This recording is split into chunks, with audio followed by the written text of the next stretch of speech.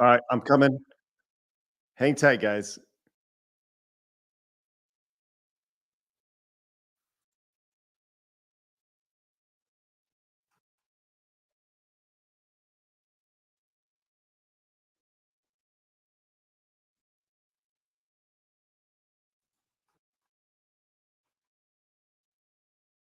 Hang tight, guys.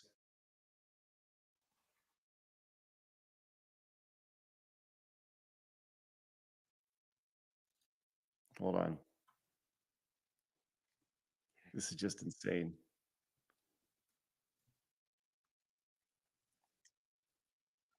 All right.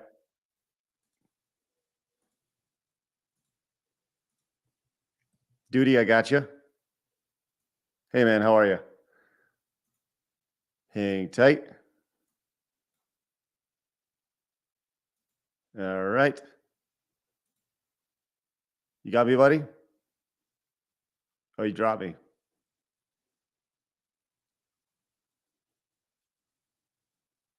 This is going to be crazy. Hello, everybody. Good to see you. Thanks so much for finding me. I don't even know what's happening. I just know that Keemstar is talking to Duty right now, and that's happening. So we're going to see what happens. I don't know. Apparently, we're going to see what happens here. I'm just going to pull up my Discord here and see all my friends over here and all the conversations, and hopefully Duty will pull me in. So you drop me, and we'll see how he goes. So how are you guys? Are you guys good? Are you having a great day? Awesome. Yeah, we're live. Look, apparently, I want to be really clear, right? This is not a drama channel at all. Oh, hold on. Where you go? Hold on. Really frustrating. All right. Hey, guys. What's up, Craig? How are you? Hey, Craig, how you doing, man? Good. How are you guys? You guys got me? Oh, you got me? He's probably going into the Discord settings and fixing his mic settings. I had to do the same thing when I first called. Mhm. Discord's weird like that. Let me shut off my notifications real quick too, because You guys got Oh me? yeah. Hey, what's up, Craig? How are you? Hey, Craig, how you doing? I'm good. I'm live too, just so you know. I don't even know what the hell's happening right now, if I'm being totally honest. I just my Twitter is going crazy and people saying that we're getting ripped a new a-hole and all this stuff. It's like, okay, that's fine. He has lost his mind and decided to trash you, and he's apparently very upset that you guys made a lot of money and he didn't make any of it. That's what I'm getting. And I'm not sure what happened, but he changed his tune within what, maybe 5 hours. He was praising you guys. And then all of a sudden his dents or his viewers came in and said, "Oh, you guys ripped him a new a-hole during your podcast." And then I guess he talked with his wife and they watched some of the podcasts and he decided to change his whole schedule and decide to rip you and your team. So that's where we are. Well, but we were watching it and it's been an utter chaotic mess. Well, and then Keemstar called me. That's awesome. Well, let me say this. I know this is happening. I haven't watched really any of it, but I know it's happening because my wife is watching it and she's literally laughing while watching it. So it's apparently like really funny. But I said I'm not watching it. I don't know. I'll say this. I sent Phil. So we did our podcast today, and I sent an email to Phil just being like, hey, he sent an email. He sent an email last night saying, "Hey man, looking forward to being on the next show." And I waited to respond till later today, and I responded this afternoon just saying like, "Hey, honestly, it was, we were kind of disappointed. The show went fine, but it wasn't as great." I'll just read you the freaking email. I don't care. Hold on. Let me just pull that up. Like I said, I legit don't care. By the way, he was sharing information on his podcast, conversations that you and Adam had that were not part of the podcast. So by the way, I saw this number being thrown out there, like 20 grand or something made on the thing. I'll share it with everybody right now. Here's the data right there. It was we made $1,900 on the. I was gonna say 20 grand seems so like outlandish. Right. If you guys would have made $5 grand, I would have been like, wow, good stream. But like 20 grand just doesn't seem logical. No. No, that's the that's pre YouTube cut, right? So that was the amount of super chats, which is insane for us, right? It's a great stream. And so, but like this $20,000 number is like insane. So, and honestly, like, dude, I put like 80 hours of work leading up to this. So like if you do it by hours, then you divide it by all the team. It's like, yeah, like it, it's like minimum wage. Congratulations. So well, Craig, we got to be honest, Yeah. right? Like if people wanted to donate money to DSP, he has a stream. Like he has a stream for that. They were donating money to you guys because you guys were doing the interview. It was a good interview and it was entertaining. That's why you got the donations. It's not his money. It just isn't in any sense. Well, and we didn't, I don't pay for interviews. I think if people want to come on, they can come on. Neither do I. And people are like, did you pay Phil? No, we didn't pay anybody. We don't pay anybody to come on the show. I pay our co-host and that's it. If you want to come on the show, you're more than welcome to. But so let me just kind of read the email I shot to him. He asked what my thoughts on the show were. I hope the show benefited you guys. If so, this may be this may be the only time in history that my infamy has actually helped something. It's kind of, blah, blah, blah. So I responded with him. I said, I think the show went okay yesterday. We talked about it at length on today's show as a debrief. I think we all left the interview mentally exhausted, feeling incredibly frustrated. At the end of the day, we want what's best for you, man. The things that are laid out about everything, the WWE mobile game, the bank stuff, it just doesn't make sense. There's too much evidence saying it's yours, and your only evidence is saying that it's not. I feel like we gave you multiple opportunities to turn this thing around, and you just seem so dug in. Even in the face of insanely detailed evidence, you wouldn't take it. Even with Keemstar coming on, I tried to lay out the similarities you feel towards him and the way people feel about you based on things they've seen online. It was tough. Honestly, I'm just disappointed, man. Like I said, we want what's best for you. We very much do, but you have to want to help yourself. When you're ready to take the next step, I'll gladly help you on your journey. You deserve to get to level 2. I know you can do it. So well, he found that to be an insult, and he ranted for about 15 minutes that you actually made that comment about level 2 because he was very sensitive. He did read that actual email as well, but he added additional things. Like he started talking about some of the pre-discussions that you guys had on the call, and he dug into Adam for a bit because it looks like everybody knows it's sort of you guys played the good cop, bad cop. And Adam was Adam's attitude. And apparently he decided he was going to dig into Adam because that was his best target. But I thought it was completely inappropriate that he even talked about the money you guys made. That's your podcast. People donated because they liked your content, they enjoyed your content, and it's none of his business. And the simple fact that he spent most of this stream talking about money, every other word was money. Every other word was, I didn't get anything out of this. And it's just utterly ridiculous. And the thing is that he's talking about you guys milking this to get money. That's essentially what he's saying. You're using his pain to make money. When he's doing the same exact thing, he's talking about the podcast, he's doing this react, and he's getting money. I think in the last 2 days, he's probably made about $500 to $600 in tips. And that's way above his normal average. I mean, he gets maybe $100 if he's lucky. So he is making money off of this, but yet I guess since he feels that he heard that you guys made $20,000, he's feeling salty. And we all know that money rules this man. He doesn't live paycheck to paycheck. He lives tip to tip. Craig, at the end of the day, you guys really went in there to try to help him. You went in there to give him an opportunity to get a lot of this stuff off of his chest, to come clean. Like, this could have been an amazing moment for Phil. He could have came on and been like, I do have a gambling problem. These micro actions and stuff, I'm addicted to them. I did spend a lot of money on it, and I want to come clean about it. And I want to actually like tell my audience like how bad these things are and how they can be addictive. This was like a moment to come clean on all this and have a clean slate. And not only did he not take advantage of it, but he just made himself look like a scammer. Like, why would you not show that screenshot? I agree. It's so It's tough, and I feel like we talked about this today on our show today, but I feel like we really we weren't trying to burn him at all. And I think that's where things are getting lost in Phil's mind is he feels like we burnt him, right? In reality, we extended olive branches for him, not just to not to us because we don't care, we don't need the olive branch, but to everybody who's ever doubted him. You know, Adam said in particular today, he's like, you know, he mentioned that it almost sounded like I was an interrogator trying to get a confession out of Phil.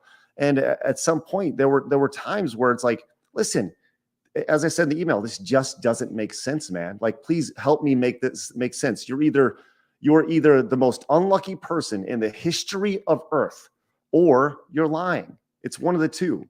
And I don't think you're the you know, just with the way everything lines up, it doesn't make sense. And we're big on accountability. We're big on truthfulness, right? And he's, you know, my wife was watching it and I'm overhearing just a little bit, and he was upset that we were stuck on the WWE champions thing. But that's way bigger. That's a metaphor for all the issues with Phil. And like I said, I want the best for Phil. There's nothing malicious about what we tried to do yesterday. It was with a pure heart in that we did that interview with good intentions. And I think that's the kind of the hardest thing. And, you know, I don't know his personal situation. You know, I haven't talked to Phil in well over a decade. Right. You know, he's married now, which is great. But, you know, when you said, Duty, when you said that, you know, he spoke with his wife and then they watched a little bit, and, you know, that makes sense. You know, she watched it from her critical eye and was like, well, that's not fair. They shouldn't have said that. And that probably got him riled up. And that's what's happening right now is the, you know, he got, you know what makes sense. No, she didn't watch it. She watched 15 minutes of it. She didn't watch the whole thing. She watched 15 minutes of it. So she what really frustrates me is that he said that you guys were there and you didn't say anything negative to his face. He was right there. But then you did that new stream today where you were like kind of like going over it and your real thoughts and your opinions. And he was upset by that. He was like, he felt like you guys were talking crap behind his back. But I was there. I was there face to face with him. And ever since the podcast, which I thought was respectful and nice back and forth, I didn't think it was insane or rude or wild or anything like that. After this stream, he's talking about me in a wildly different way. He's like, I'm the worst person. I'm going to do this. And he's been bashing me over and over again for 2 days straight on his own personal site. And I'm like, it's just, what a hypocrite. I think that he's addicted to those whatever they're called in video games. But I also think he's addicted to being a victim. He's so addicted of being a victim. And the reason why he didn't take the $50,000 to do the podcast is he wouldn't have an excuse anymore. Like, he likes playing this role of like, guys, I really need your help and da-da-da. He's so addicted to that. Like, in your interview yesterday, there was a moment where you guys kind of like solved some issues and you got through some stuff. And then out of nowhere, he sidetracks and he's like, oh, I have medical issues. Right. Like, what was the point of that? It was just he jumped right into fucking victim mode again. Well, I just kind of look, we live in a culture that is all about victimhood, right? And I think that's been well established. You know, you see that on social media every single day. And you know, we say that all the time. Don't be a victim. Don't be a victim. We refuse to be victims. And I think that when it comes to Phil, I think there, you know, I can't speak for him, but I think there is a big, that's a big truth right there from my perspective. And that, you know, even today, you know, so apparently he goes on, and once again, it's not his fault, right? He did everything right, and it was us who did everything wrong. Where I think that if you were to go in and look at this, if you just look at what we did yesterday objectively, which thousands of people have now, you know, the interview is approaching 50,000 views, and so people have watched this, and they feel the exact same way. That if you look at it from an objective point of view, that we asked fair, firm questions, and everything was fine. And to go, you know, look, he's doing the exact same thing that he's complaining about. Like, the difference is that everything we said in our show today, we said it more or less to him yesterday, face to face. And that's who Adam is. That's who I am. And, that's frustrating. And now he's going on and say, oh, stabbed him in the back, blah, blah, blah. No, not at all. The entire interaction you guys saw was our entire interaction, the 5 hours and 15 minutes plus the Patreon stuff that we did. And so it sucks. And I know he feels burnt, but and that's fine. But everything you saw was done with an open heart and mind, and that's frustrating. So, but Craig, that this is what I'm trying to say. I don't think he really feels burnt. I think this is more of acting like a victim. Oh my God, these guys are doing this and these guys are doing that. sure. Like, one of the things he was saying, Craig, is he was like, oh, I didn't want to take that money from Keemstar because then, I would be beholden to him and, I'd have to work for him. He knew before, I'm almost certain he knew before, but he definitely knew on your stream yesterday that the way the business was set up is that me and DSP would have equal shares. I would own 25%. He would own 25%. We'd be equal partners. Boogie would own 25%. So would Wings. So it's like, even that is a lie that he's been going on about over and over again over the last couple days on his personal streams. And it's just like, right. it's just bullshit. One thing I wanted to point out, I think I told Keem about this, is that Phil, whenever he talks about Keemstar and the podcast, he talks about he doesn't want to be beholden to Keemstar, right? And because of the issues they have, right? He's sitting here criticizing you guys, saying, "Oh, wait a minute, I came onto your stream. I gave you guys views. I made you guys tons of money, which he's not getting any. This is his words. And you mistreated me." That's essentially what he's saying today. And he's saying that he expected more since he did that for you. He expected to be treated more fairly. And my thing is that he criticizes Keemstar for saying, I don't want to be beholden to Keemstar, but isn't he doing the same thing to you guys? Like, he's saying you guys should be beholden to me because I did you this solid, which he really didn't. But he talks out of both sides of his mouth. And then during your interview, you guys did a great job pointing that out, because he'll talk about he'll say, well, I saw a documentary from a detractor about Keemstar, right? And yet he spends 30 minutes going off about his detractors talking trash about him, but yet he does the same exact thing. And that's what I think makes people very angry with DSP. I know myself, I hate those contradictions, and I hate it. It just seems like the pot caught in the kettle black, and he is so mentally stunted. I'm not saying that to be mean or critical, but I do think there's something there. Some people call it autism. I don't think it's that, but I do think he has an issue with not realizing irony and not seeing, hey, you're being a hypocrite. You do the same exact thing, and yet you criticize others, but you can't see that you're doing the same thing. I don't know, dude, because like, again, you guys know more about DSP than I do. I've had very limited interactions with him. What I'm looking at is I'm looking at a liar. Like, I'm looking at a dishonest person, and I'm looking at a person that is acting, that is playing a character, that is playing this victim and woe is me and da da da da. I'm looking at a scammer, really, if you really want to say it. I mean, what other word is it? Like, if he's spending money on these video games and then acting like he doesn't have money for rent, that, in my opinion, that is a scam. I think that when you pride yourself on transparency and honesty with your audience, and you're not fully transparent and honest with your audience, then you're, goes back to the speaking out both sides of your mouth. Like I said, for us, yes, a lot of it goes back to the WWE champions things. We gave him an out multiple times. It didn't happen. And apparently he thought that I went into the interview very biased, and it was actually the complete opposite. I was trying to give Phil the benefit of the doubt many times, and with very simple questions. Why did this happen? Explain this to me. Walk us through your thinking here. And with the floor being open to Phil, I think that one of the best things you can do when conducting the interview is simply shut up and let people talk. Phil, obviously, he speaks a lot as a living. It's what he does, and he has his stories that he goes to and such. But he very rarely gets called on, some of the shit that he spews.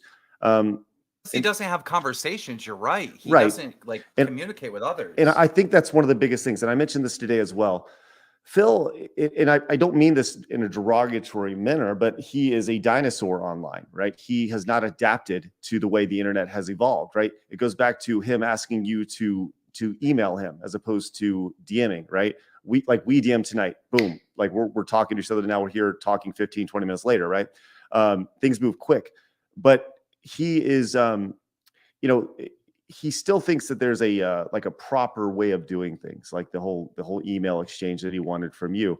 But he hasn't evolved to the quickness of the internet. He hasn't evolved to the way YouTube functions. And Adam said this early on. Today he said, he was very lucky to get in early. That is what made BSP successful early on. He was there at the start, but he didn't evolve with the game, which is why he's still back at where you're talking about level 1.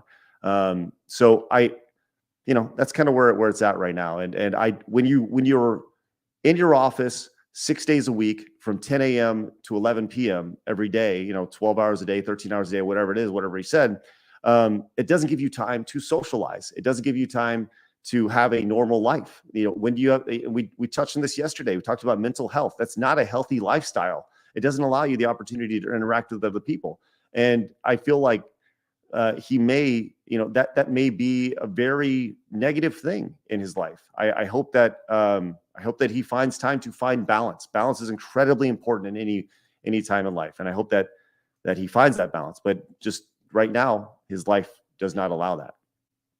I hope he sues me for calling him a scammer. I really do, because then we'll go and my lawyer will demand all different types of proof and evidence and whatnot, and then we'll find out the truth. Please sue me, Phil. Please sue me.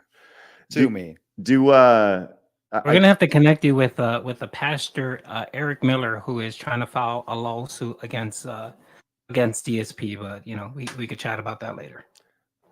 I don't care about that. I just, man, like, this is so frustrating. Now I understand why people are so mad at him and why he has this audience the way it's like he's just fake. Everything is fake. It's all acting. It's all BS. It's like this is not a legitimate person, legitimately speaking. This is not reality. This is an act that we're looking at. Like, it's just all fake. I think that Phil legitimately thinks that he's trying very hard to make a living, right? But I don't think that he's trying very hard to make a living. But I think that he hasn't adapted. He had the King of Hate personality. He did, 10, 15 years ago. And that is, the King of Hate was essentially him amped up just a little bit, him at 110%, maybe 120%. And that's followed him around, and he hasn't adapted in his content. He hasn't adapted in his personality. He hasn't adapted in his social life. And that's tough, man. That's tough. He's kind of frozen in time. And like I said, I don't mean that negatively. I mean that and like, I hope that he realizes that because I know he's going to watch this, right? And Phil, I've said this in email. I hope that whatever it is, whatever help you need, you get it. And I will gladly help with whatever help that is. Because I want him to be successful. I do. I want everyone to be successful and healthy and live happy. I don't want them to be upset every day. And, it's obviously he's very upset today. So I agree with you. Like, I don't necessarily want bad things to happen to him, but I'm going to call it how I see it.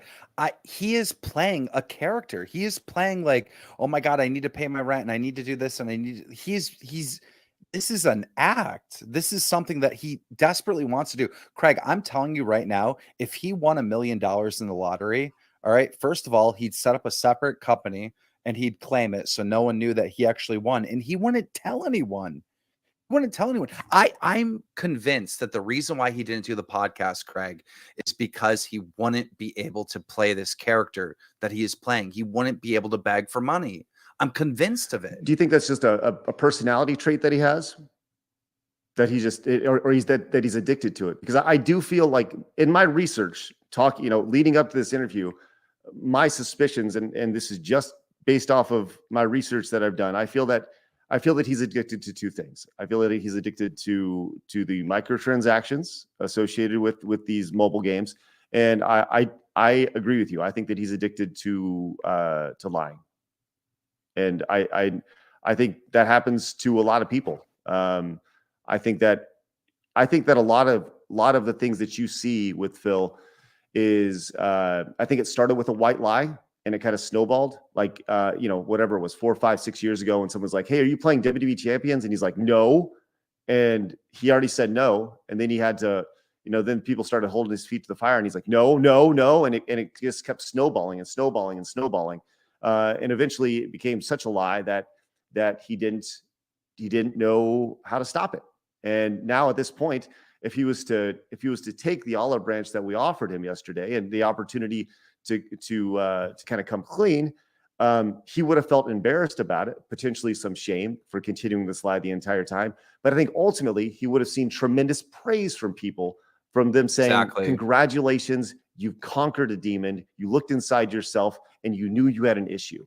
And that's something that I don't think that he's able to do right now. And honestly, it makes me sad. It really does, because I've dealt, I had a cousin who died of addiction, who died of an opioid overdose because he couldn't quit it. He couldn't look inside himself. And I'm not saying it's, these are two separate things, but addiction is a powerful thing. It's a scary thing. And a lot of people suffer from it.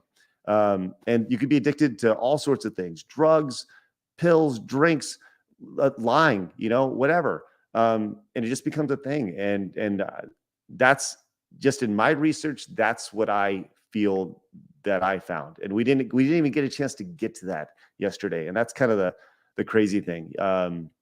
So kind of where it's at. Hey, Craig. Hey, Craig. Yes. So I'm a detractor. I pump out content of Phil, and Sure do. I'm one of his critical ones, and I admit it. If he would have taken the opportunity that you gave him yesterday and admitted, and came on and said, "Yeah, I'm addicted to this. It's a problem." I've been saying it all day today. I wouldn't bring it up again in any of my videos. I think because it's he done. admitted, yeah, it's done. Okay, go get your help. Go get your help. Go get yourself fixed. And I will give you a break. I will not bring it up ever again. Now, if in a few months or 6 months or whatever, he's doing the same thing all over again, then that's something different. But just the mere fact that he stood up, was accountable, even after all of these years lying about it, even though he stood up, I would say, okay, there's no point in browbeating this guy. Let's leave him alone on this issue and let him get the help. And hopefully he gets the help. So That is where this whole community comes from. All these people that are obsessed with DSP and like roasting him and picking on him, it all comes from a place of people being like, "No, I'm not going to let you lie. I know you're lying. I'm going to pick on you." All this energy, it comes from that. Him being dishonest, him begging for money, all right, and people wanting justice. I think that, the idea, I see it.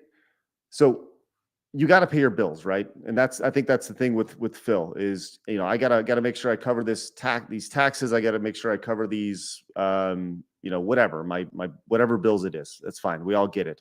But there are people who literally track the revenue that he makes from his streams on a stream to stream basis. I mean, Phil tracks it with a counter on it, and they say that he makes, based off of the math that Phil provides, over 100K a year. Some say up to 120K a year. And after taxes, I get it. Let's say you take 30K of that and you pay taxes with it or whatever. So he has 70K left to cover his stuff, right? That still doesn't add up. Like, look, I'm a streamer. I've worked online for 17 years. I've been doing this for a long time. I know that my business expenses start and stop from the second I wake up and I sit down. Once I cover the cost of my camera, once I cover the cost of my lights and my computer, I'm good. Like, the cost is my time. It doesn't cost me anything outside of maybe a few assets here and there. But it's I think that's the thing that really bothers people, is that when you're, I know that's the thing that really bothers people, is that when people feel like they're entitled to know a little bit more about where their money's going, when you're consistently saying, standing there with their hand out. And I get that's the big argument with Phil, and it will always be the argument with Phil.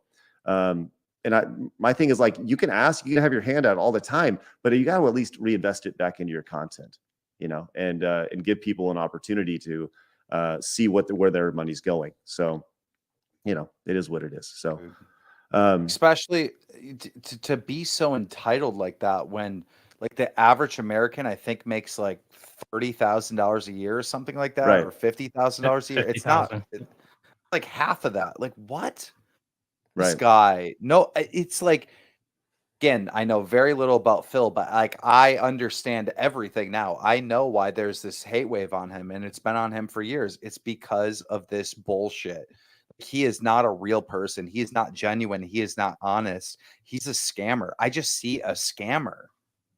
Well, even today, coming back, I mean, it goes back to, you're saying he's addicted to being a victim, right? So what did he do immediately today? He became the victim again. And the irony of all this is that, folks like Duty and the detractor community, like I am not a detractor, right? I gathered information, but the reality is that I heard, look, Phil's gonna turn on you. He's gonna throw you under the bus. Phil's gonna, after the stream, he's gonna do. I heard that from dozens of people who were like, look, you don't understand. We've seen this game played, many, many times before. And they're right. They're right. And at a certain point, it's like, it's no longer fool me once, shame on me. It's now, it's now a trend. And apparently, and we're just the next part of it. And, so it is what it is, I guess. So. And I think he purposely. I just, this is my thought. Just knowing Phil and seeing what he's done in the past, is that he saw that this did not go well.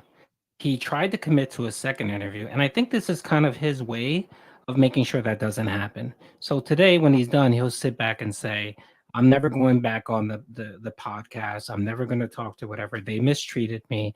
And I think it was just his way of getting out of actually sending you proof of the WWE champion stuff and just not answering any difficult questions. So that's right. just I'm my thought. I'm so upset that this podcast didn't happen, because look at how much would have unfolded with him having these conversations with like Boogie and Wings. Like people shit on Boogie and Wings like all the time. They would have noticed right away that like Boogie and Wings have their problems and they can be picked on or whatever, but ESP is something completely different. Like, and look, I put out a tweet today with those two doing the boxing match. I mean, this is a big step for them, right? They're on level 2, in my opinion. They're doing something different. They're trying something, they got a new revenue stream other than like, streaming and begging for money. Phil is always going to be on level 1. He just is. He is. And I understand why this like meme that I made or whatever, or analogy that I made became a meme, because it's so goddamn true. It's insane. Yeah, there's truth to it. There's 100% truth to it. And, I think that, I guess Phil got upset, Duty, you said that Phil got upset at that phrasing that I used, the level 1 thing in the email. And it's once again, it's not meant to be derogatory or meaningful. It's meant to just relate. And I understood the analogy that you threw out, Keem, but once again, I think when you deal with somebody who is, I'd say, I think that Phil sees himself as the underdog, right? And that's the thing, is when he goes, "Oh, look, I'm a small streamer. I'm a small streamer. And you continuously says, I'm the little guy. I'm the little guy here, right?" So in my mind, I think that Phil sees himself as an underdog, and he saw what happened yesterday, was the idea that, he felt that he came in doing us a favor, and that ultimately we treated him poorly, which, by the way, like in every interaction up until like tonight, he was like, it was great. It was awesome. It was perfect. I mean, the email he sent to me last night was really, really nice. He says, oh, thank you, honey. My wife is finally, are you watching the stream? Okay. My wife, we're living it. my wife, just so you know, my wife is enthralled with this whole thing right now. It's insane. Oh Lord. Anyways, yeah, it's just amazing. It's funny. He said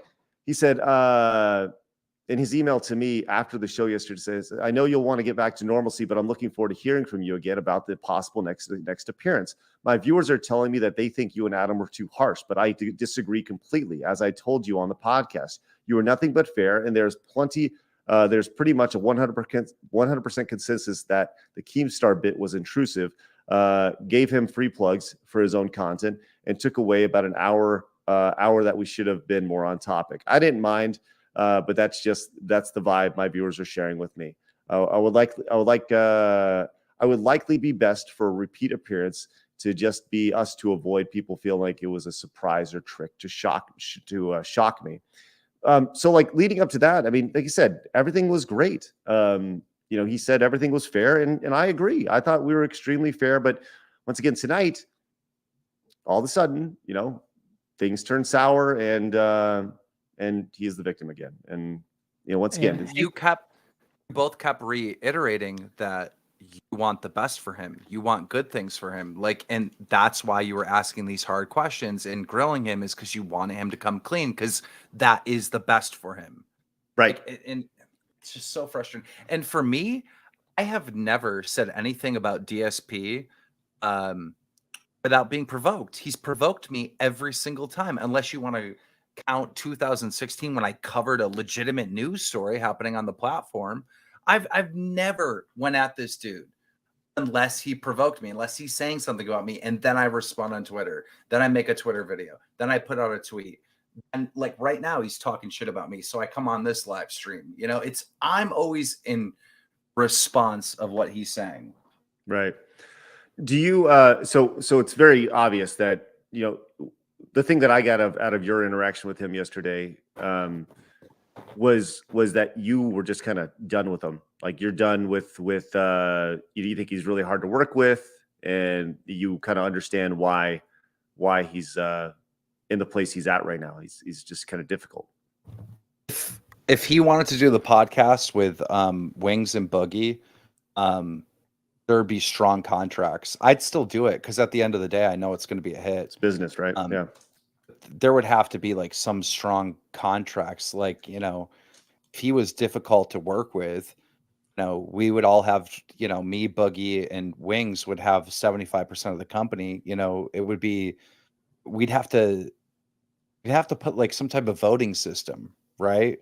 Where he wouldn't be able to just like not show up or get his feelings hurt and run away. Like, we'd have to set up something that we're all agreeing to go in and do this show, and people aren't going to get like emotionally butthurt and just run away from the project and hurt the project, right? So, there'd have to be some strict contracts that we all sign to make sure that the show is a success and nobody can destroy it. Well, it's what's interesting is that like you're looking at this from a business perspective, and Phil's looking at it from a very personal perspective. At least that's what I got out of it, and I may be wrong, but you generally businessmen are able to separate business and personal feelings. You see that all the time, and I actually think that's really smart. And I would be interested if Phil, apparently Phil doesn't want to come on our podcast anymore. Okay. So it'd be interesting to see if he did reach back out to you and say like, I don't know. You tell me. Would he have to reach out? Would he have to apologize to you first and just be like, "Look, man, I was a bonehead. I'm sorry. I screwed up," or can you just move on? Like it's business. It is business in some sense, but it's really comes from a place of like, I love the internet. I love this entertainment space. I love what I do, and so that's why I would invest stupid money into something silly like this, right? Yes, I know it would make money, but I can take $150,000 and put it into a different company that will make way more money. You know what I mean? Right. There's way other opportunities that I'm aware of, that I know of. You know what I mean? It has to come from a place of love to do something as silly as this. So it's not just business, but could you ask the question again? Just pretty much, is there an opportunity, or do you think that Phil would Phil need to apologize to you prior to having any sort of conversation? No, I don't. this personal stuff will never get in the way of entertainment. It'll never get in the way of entertainment. great. Him hurting my feelings and like, not picking up the calls, or him going on his live stream saying I'm the most evil person in the world. It's like, what does that mean? That means nothing to me. There's a million people on Twitter saying the same thing as Phil right now. I could care less. At the end of the day, I'm in mansions, Right. multiple mansions. Like, I could care less. Like, what's really important? What's really important is the security and future of like my family and the people I love and friends. Like, these are the things that are important to me. This nonsense is my entertainment, Right.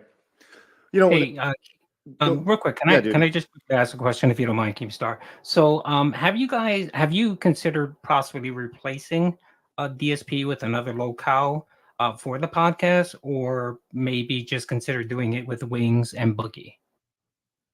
It's so hard when I came up with this concept, right? I knew very little about DSP. It's like I've thought about it so much and I've invested so much mental time. Like, guys, I know this is sad to say and admit right now, but I probably have like, I don't know, at least 7 straight hours docked in my brain of thinking about this and how it could work. And like, that's a lot of time when you really like think about it.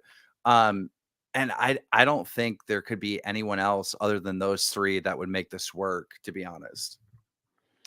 The thing with Phil was he took offense to you wanted to call it like the lolcow podcast.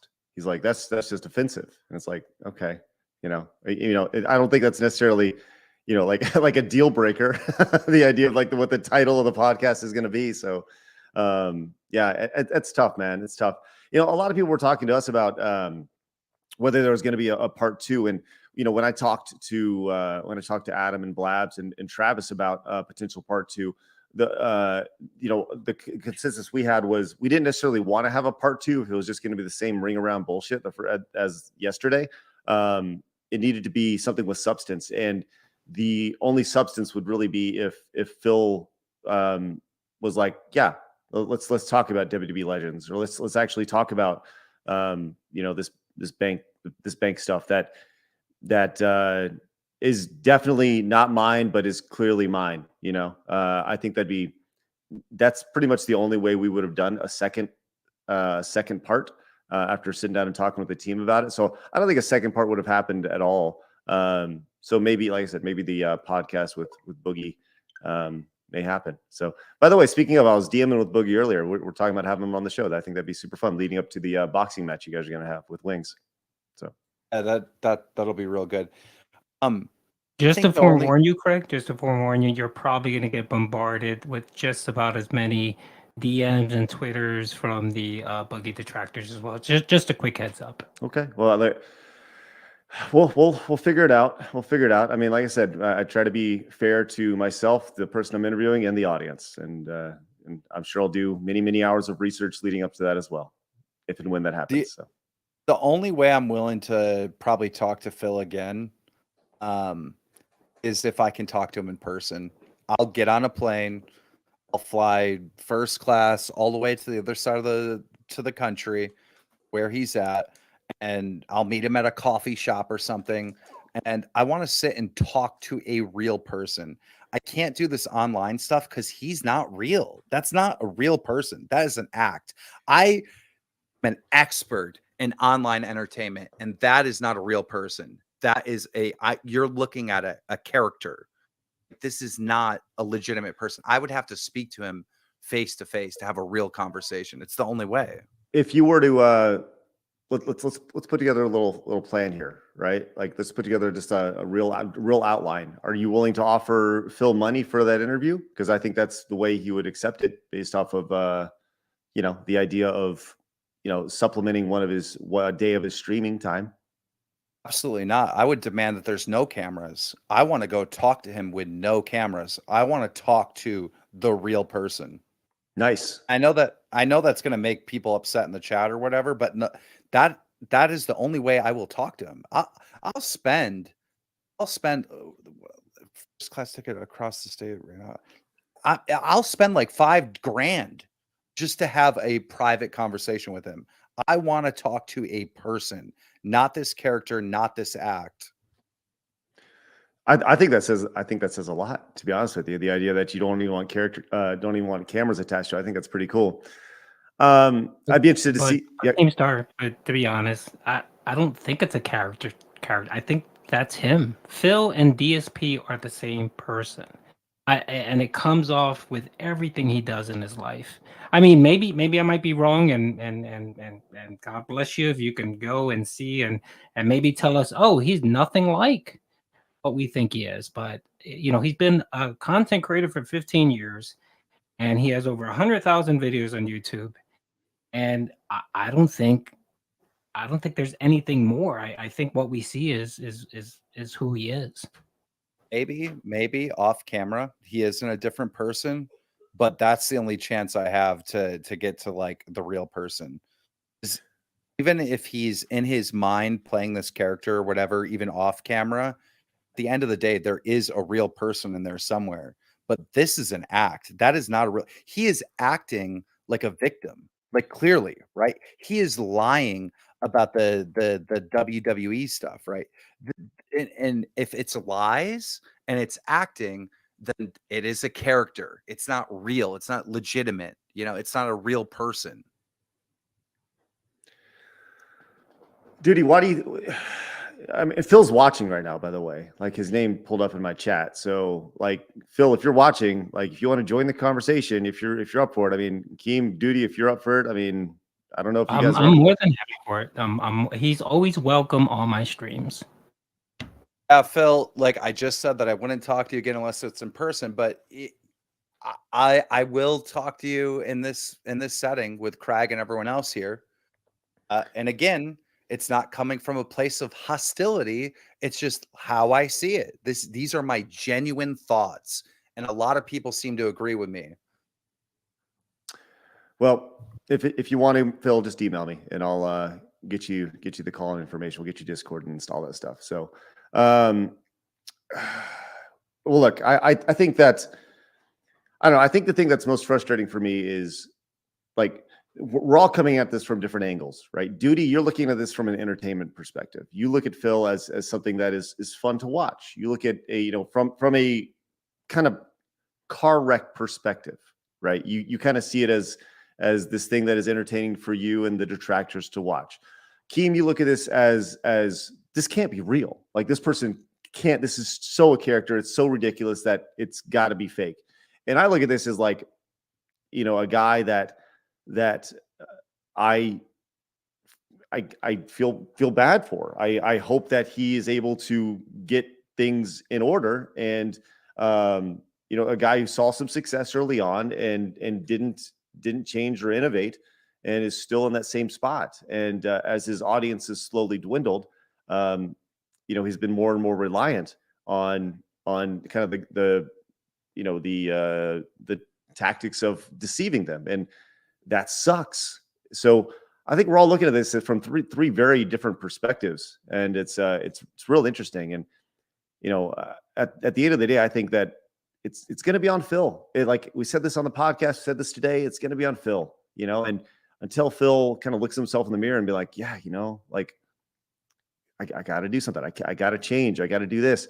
And nothing's going to be different. Nothing's going to be different. And email him. Do you guys think he's close to hitting rock bottom?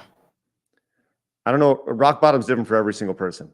So I don't know. I don't think Phil's anywhere close to rock bottom personally. I think. Oh, I don't think he's close to even remotely close to rock bottom. I think it's an act. Yeah. I think he's living comfortably. I think that. Oh, go ahead. When he's doing those streams, and I've seen it personally, right? Like he wasn't getting on the phone call. I wasn't having a conversation with him, right? And then 2 weeks went by, and I was like, "Damn, this sucks. I really like this idea, or whatever." And somehow it came in the feed, like on my recommended that he was live. So I clicked on his stream, and as soon as I clicked on it, he was like, "Yeah, guys, the water bill's coming up, the rent's coming up. I need donations. You got to help me." And I just lost it. I'm not on camera. I'm in the privacy of my own home, and I'm like screaming at my computer. I'm like, I cannot believe that this is happening right now.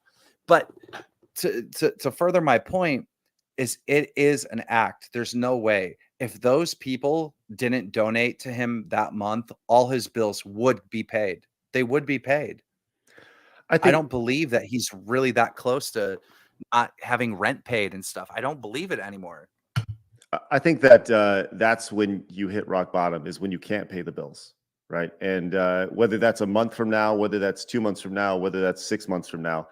And I asked this question yesterday, and I thought that it made him uncomfortable, which wasn't meant to. But I asked him if I felt like his audience was enabling his lifestyle by apparently, and I don't know a whole lot about this, but apparently his audience, the vast majority of his revenue comes from 4 or 5 whales who are big donators, and they support him. That's great. That's awesome. Like, I don't really care how people spend their money. If they want to spend their money, that's awesome. But if those whales decided to no longer donate, and all of a sudden the tips disappear, what happens? How quickly does it take to figure out another game plan on this?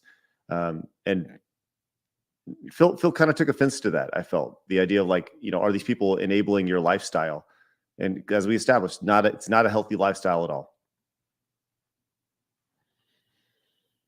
Agreed. And one of the things that I had talked about was why he wanted to come on your podcast is because just like you stated, he does have a set of people that actually support him. But the issue with Phil is he's belligerent, and things like this pop up that people just leave. After a while, they get tired of his game, and they do leave. So he needs to continuously kind of replenish those set of viewers that support. And it is a small amount of people, and they do give a lot. And I think, in my opinion, he went on your podcast to try to broaden his brand out to a different group of people, maybe someone like-minded, like he stated about you, that you guys are like-minded.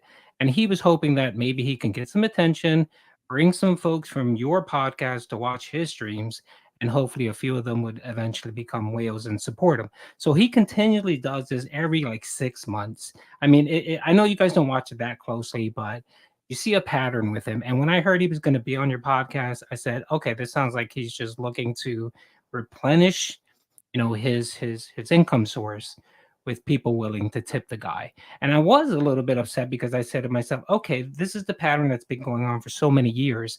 Something has to stop. Something has to break for him to realize he can't continue this way and make a change.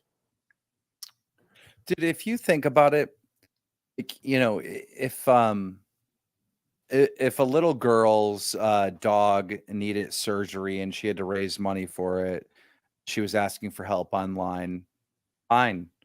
If somebody was sick, if there was a death in a family, a car accident, and they were raising money, for a funeral, fine. Like, I get that. We all understand that. We would all see that and we'd be like, oh, that sucks, right?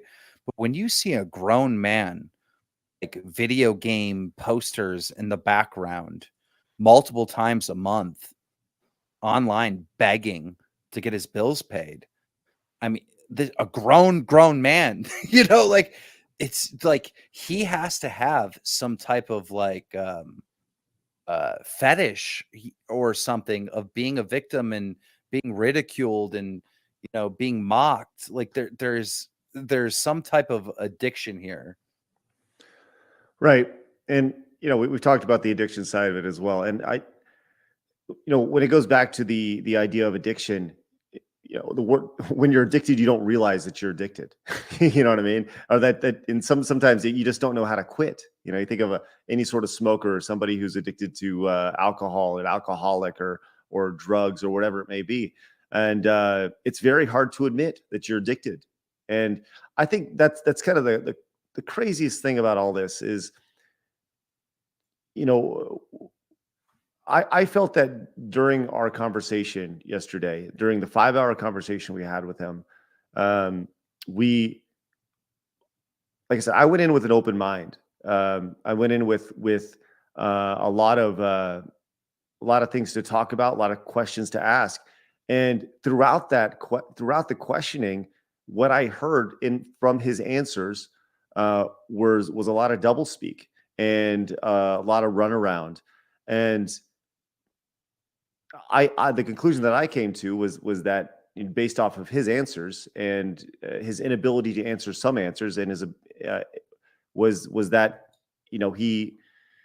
it's like 100% he was lying on certain situations based off of what he was and was not saying, and he just really can't. Even if he is, I don't think that he thinks he's lying, though. I think that's the biggest thing, is I don't think he thinks he's lying at all. And that's the hardest thing. I think that goes back to the addiction side of it. So I got a question. If one of these whales that is donating money over and over again because he's saying that he needs money for rent, if they stop donating to him and then they realize like this is a scam, this is a BS, couldn't they file a lawsuit against him?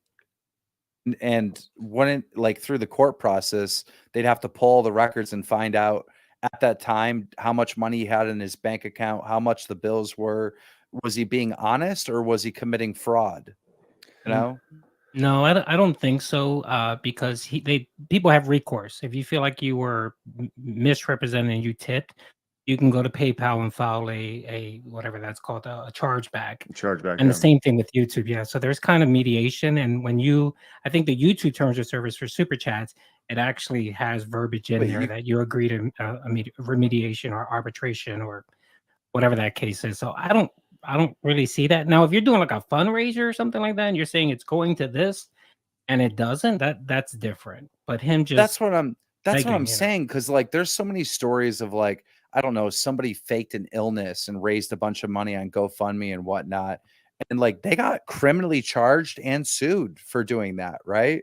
If he's saying this over and over again that he needs money to pay his rent and the money's not going to his rent, it's going to like video games or something like that, it's fraud, isn't it? We need to get a lawyer in here.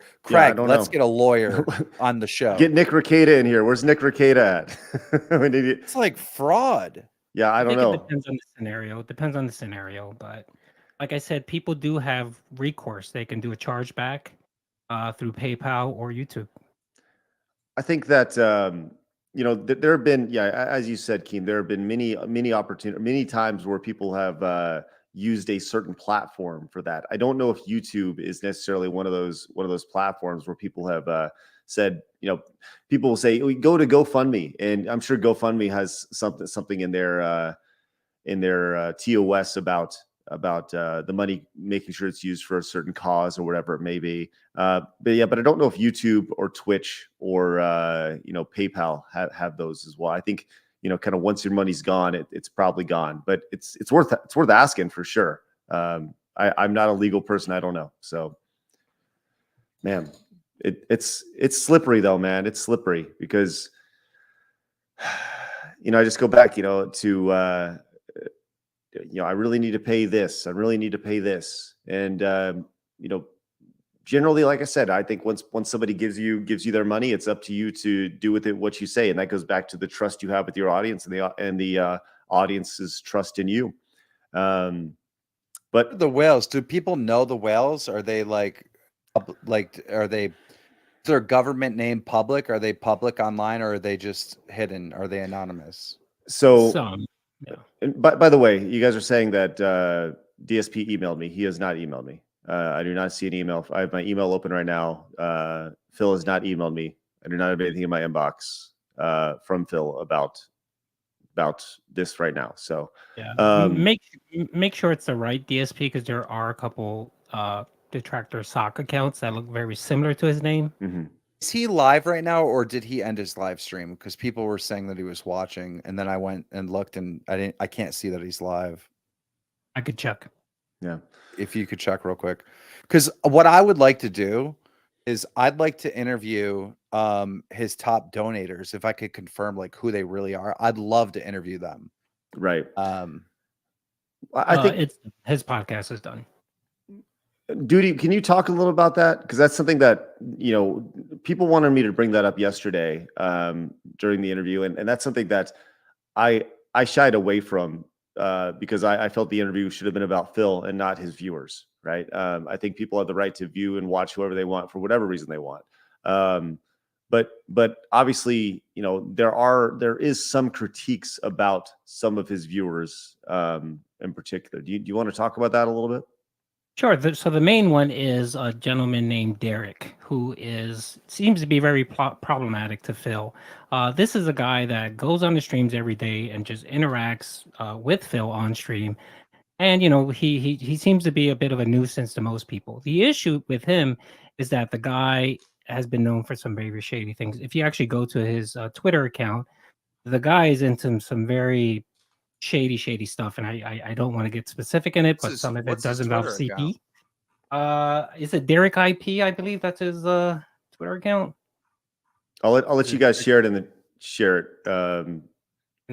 Yeah. So and he's been, you know, if you look at he has a channel on YouTube where he used to do videos, and just some of the content he has and he subscribes to is just very shady. So he's the one guy that you probably heard about, Craig. And then as it relates to his whales, there are roughly about 4 or 5 of them. There's this one person called 1 Minute Man who's just this. He's never on stream. He's never there. But the guy gives Phil about over $7,000 a year in tips. He every day Jeez. comes on and drops $20 to $30 every single day. And I think people think he's a previous whale, someone that I think his name used to be Planet Jeff, and then he you know, something happened with him, and then he just renamed himself. That seems to be a recurring issue, is where, you know, they kind of rename themselves after a while when they kind of get caught or get exposed. And you know, there are a couple other ones that just come out, but again, Phil relies on this, you know, this cycle where every couple months, you know, he may get a new whale that comes in and start supporting, and then they either get tired or move on to something else, and then Can you he do just has me to replenish it. could you do me a favor? Could you check if that Derek guy is still on Twitter? Because I'm looking what the chat is saying his ad is, and it doesn't exist. And I'm wondering if he just deleted his Twitter. Yeah, let me check here. I see screenshots of this guy's Twitter, so I know. Oh yeah. I'll say this, man. I looked at the guy's YouTube channel and his like saved playlists and stuff, and nope. Interesting. Okay, I did find it. Yeah, he's got a wild Twitter account. All Yeah. right. Yeah, Well, and his YouTube is just as bad, and he's very problematic. And it's like, why do you allow someone to be on your stream that can blow back on you? I mean, I know most streamers aren't responsible for what people do in their, you know, their chat and who watches, but I mean, someone like this, I mean, this is a bit creepy, and we always wonder why. The guy doesn't donate. All he does is talk to Phil and talks about WWE and whatever else. hey, this is not a top donator. No, he gives nothing to Phil. He gives nothing at all to Phil. Interesting. And we are always curious, like, why do you defend him? And of course, he has instituted a policy where if you bully him or say anything inappropriate to him, you're banned. Oh, So it's just that no. kind of very weird behavior that Phil does. There was another person called Timbo. I don't think he's there anymore, or he probably changed his name. You know, he changed his name.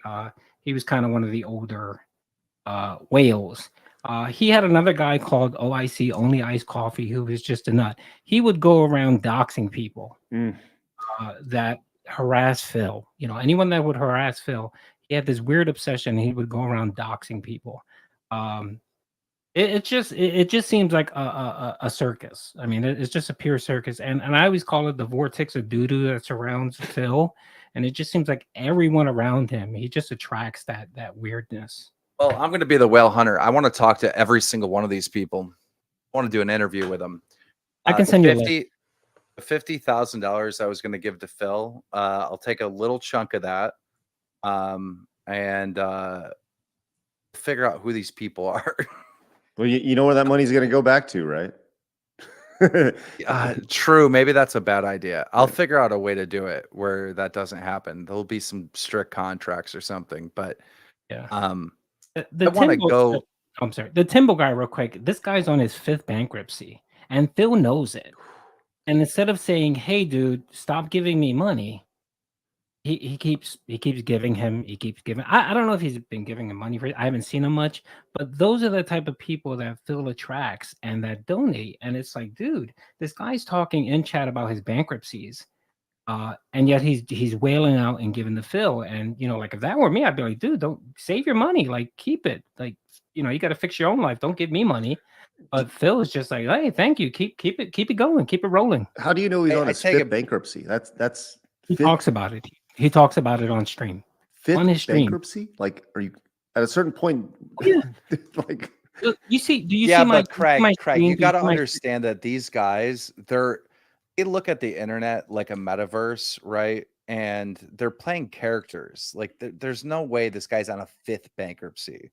That is probably not true. I'm It's sorry. probably It's probably 3rd or something. But this guy he's probably specifically- saying that. He's probably saying that so he can identify with Phil. Like can be bankruptcy buddies together. It might all be a lie, right. Yeah, there's truth in that. It may be, but there's even this gentleman that's homeless and that he's talked on stream and talked to Phil and kind of gave him his sob story. And because Phil cries about money and needing to pay his bills, he drops money. At one point, there was one time where he dropped $200 because Phil had this big bill that was coming up and he didn't have money to take his wife out for a meal, grocery shopping, pet supply shopping, all the things he does on his day off. And the guy dropped a $200 Ono on him. And it's like you read the story and you say to yourself, okay, this guy's homeless. He just dropped $200. Maybe I should tell him not to do that, or maybe charge it back, or whatever the case is. But not Phil. Phil just say thank you and just move on. You know what? I think I'm not going to offer any of these people money. Everyone's saying because that guy really did file 3 bankruptcies, they're saying it's like true, 100% true. And that's a public record. Obviously, when you file bankruptcy, it's like completely public. Like there's no hiding. Maybe I'll reach out to that guy and like interview him. Because I need to be in these whales' house, right? I need to be at their kitchen table with them with a camera on and have a real conversation and understand this world and make a documentary, like an inside documentary of what's happening here. Because I'm so intrigued. There are things in this world that are more important than money. And it's stuff like this. Like I need to get to the bottom of this. Would you, in a documentary like that, would you, would it just be about his audience members or would it be about Phil as well? Be about Phil and what's going on here. And if Phil wanted to be in the documentary, of course, 100%. Right. But if he doesn't, I don't need Phil. Phil has offered so much content online, which can be used in fair use. Like I don't need Phil. I'll interview his whales. That is, And that'd be Yeah, and interesting, if- man. And Keem, if you guys need that information, there are a couple really good detractors that really have the information down pack, and they can definitely provide that. So Which Me is, and you are in Twitter DMs, so you can just keep sending me all this information so I can get a hold of these people. yep, I'll do that. I'll touch base with the folks that really have the information down pack, and we can definitely send that to you. I think you're onto something with this whale hunter idea of just finding giant donators for all streamers and such, and then just hunting them down and be like, what do you do for a living? And see how many of them are actually going through bankruptcy. But Can you see me sitting down with one of these guys, cup of coffee, and just being like, what is it about DSP Phil that intrigues you? Why are you in his stream every day? And just to get that answer. I've noticed, people have tracked online that you've donated like 7,000 over the year of 2022. Where does that money come from? Can you afford that? And that answer, like, imagine having that, dude. Like, I want to know these answers more than I want to know what's these UFOs are that the government has filmed. Like, I want to know this. What is the answer to this stuff? Oh my goodness. I tell you, like, I always go back to, I feel like I know the answer to a lot of that is at the end of the day, people identify with who they watch, right? They see a little bit of themselves in the people that they watch, whether it's on Twitch or YouTube or whatever, whether it's on NBC or ABC. They identify and they find people likable. You know, which was really ironic because as I was prepping for the interview, I was talking with a fun podcast, and they said to me, like, I challenge you to watch 10 minutes of Phil, and you tell me if it's entertaining or not, right? And their thought is like nobody could potentially find this entertaining, and you know. My response is, yeah, somebody will clearly find this entertaining in some way, shape, or form, because you know, at the end of the day, some people like, you know, feet. Some people they like all sorts of different things, right? People have their different fetishes, the different things that they like. Some people like car wrecks and like Call of Duty over here. he likes the day-to-day car wrecks. So of DSP. So Yeah, yes, I do. So real quick on this, real quick. So I think someone that you may be interested to interview, if you can get a hold of them, is someone named Panda Lee. That was DSP's ex-girlfriend. And oh Make boy, sure there you I'll give you DM that me info. every single one of these names. Like, Yes. tell me, of course, for the stream, but like DM me just so I have a full list of like people to investigate and, you know, reach out to. And just so if anyone's seeing this, I don't want my words to be twisted. I will never harass, stalk, like do any of that stuff. That's not who I am. I'll reach out to them and be like, hey, are you down for an interview? You know, can we talk about this? Like, I don't want Phil to take what I'm saying and have him twist it into like he's stalking me. He's, you know what I mean? Because it would not. Everyone has a right to do an interview with someone else if they agree to it, you know. But how do you know if they're going to agree to it? You got to ask them. You know, hey, would you mind asking or answering some questions? So I can already see him twisting this into me stalking him. No. um so you know who ItsaGundam is? Are you familiar with that, Keem? No, Go, go, guys, I know nothing about this DSP world. okay. I really don't. So there's a great channel called ItsaGundam, and he's interested in coming on. He is a big detractor, and he's a channel at about a million subscribers on YouTube. So do you think you guys comfortable if we bring him on as well? Sure. Cool. I don't mind. Yeah, it's a Gundam. He is a connoisseur of the DSP lore, but he does bigger things. We love to refer him as Papa Gundam, so he could definitely join. Okay, let me get his Discord information. And Is this the guy? Is this the guy that confronted DSP at the end of your stream or something?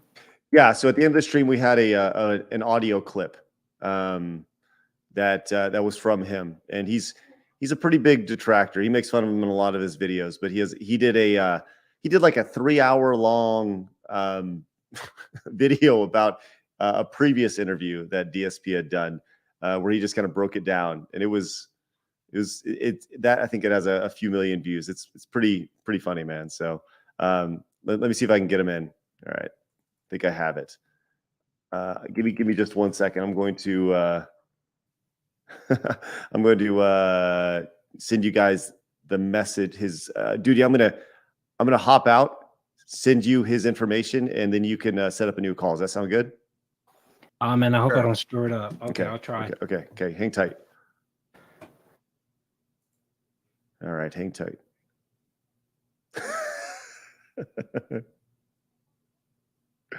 That's funny. I'm still in. Hold on. I'm hopping out. All right.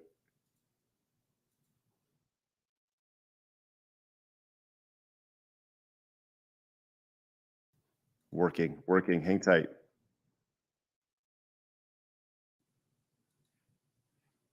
Hang tight.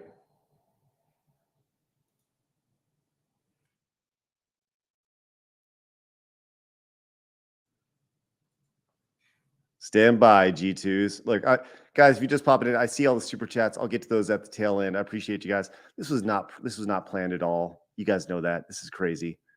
You're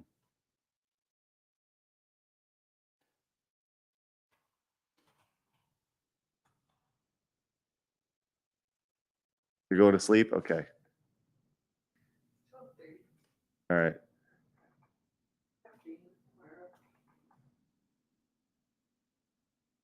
Okay. All right. I won't. All right. This is just crazy. This is crazy, y'all. Welcome.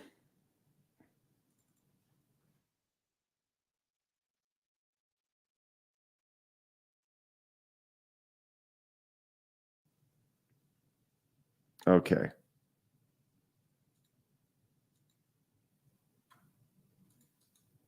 Hank, stand by.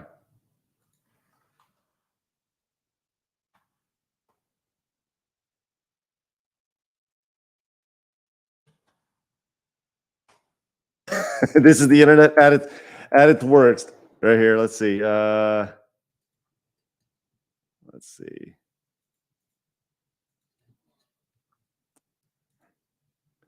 All right.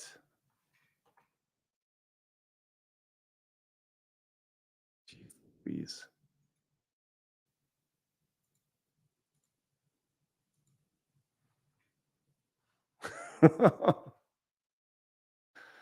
Oh Lord. Stand by, guys. I know this is not very exciting looking at me doing this, but this is me at work. Hang tight. All right.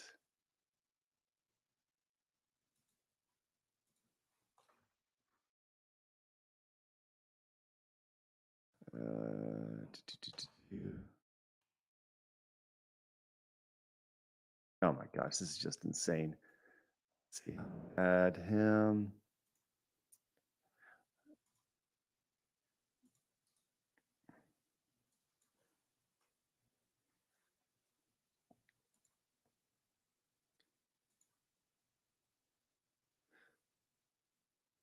Hey guys, I have a. Hey, sorry about that. Sorry to interrupt. I have Gundam ready. Can I add him to this call? What is the best way to do that?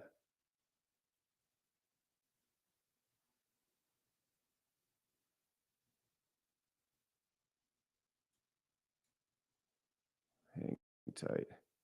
Little guy icon and oh yep, got him. Got it.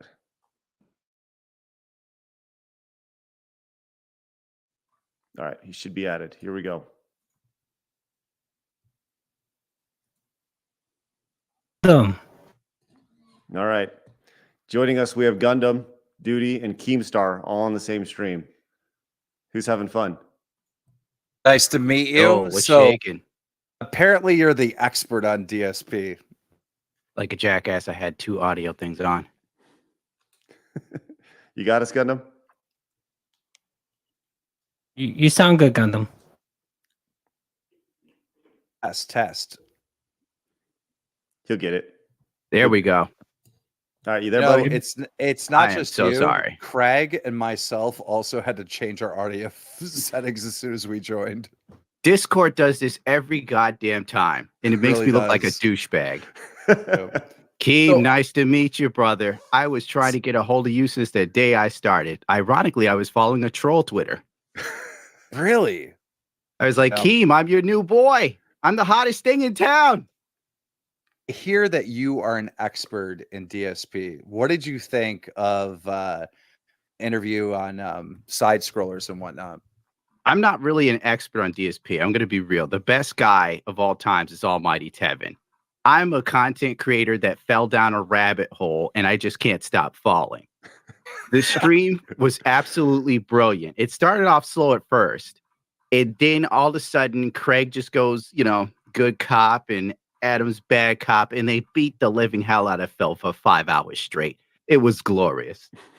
Well, you got to keep in mind that the last thing we wanted to do was like you got to open up with some soft questions, right? And you tell us about yourself, tell us who you are, because you have to get your subject comfortable, right? And that was the whole idea. And I that's one thing that I've heard from people is like, it's kind of a started slow, but it picked up really quick, and that was the idea.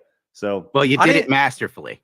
well, thank you. I didn't see it that way, honestly, Craig. I didn't see it like a trap or good cop or bad cop. I just saw a good, fair interview. That's all I saw.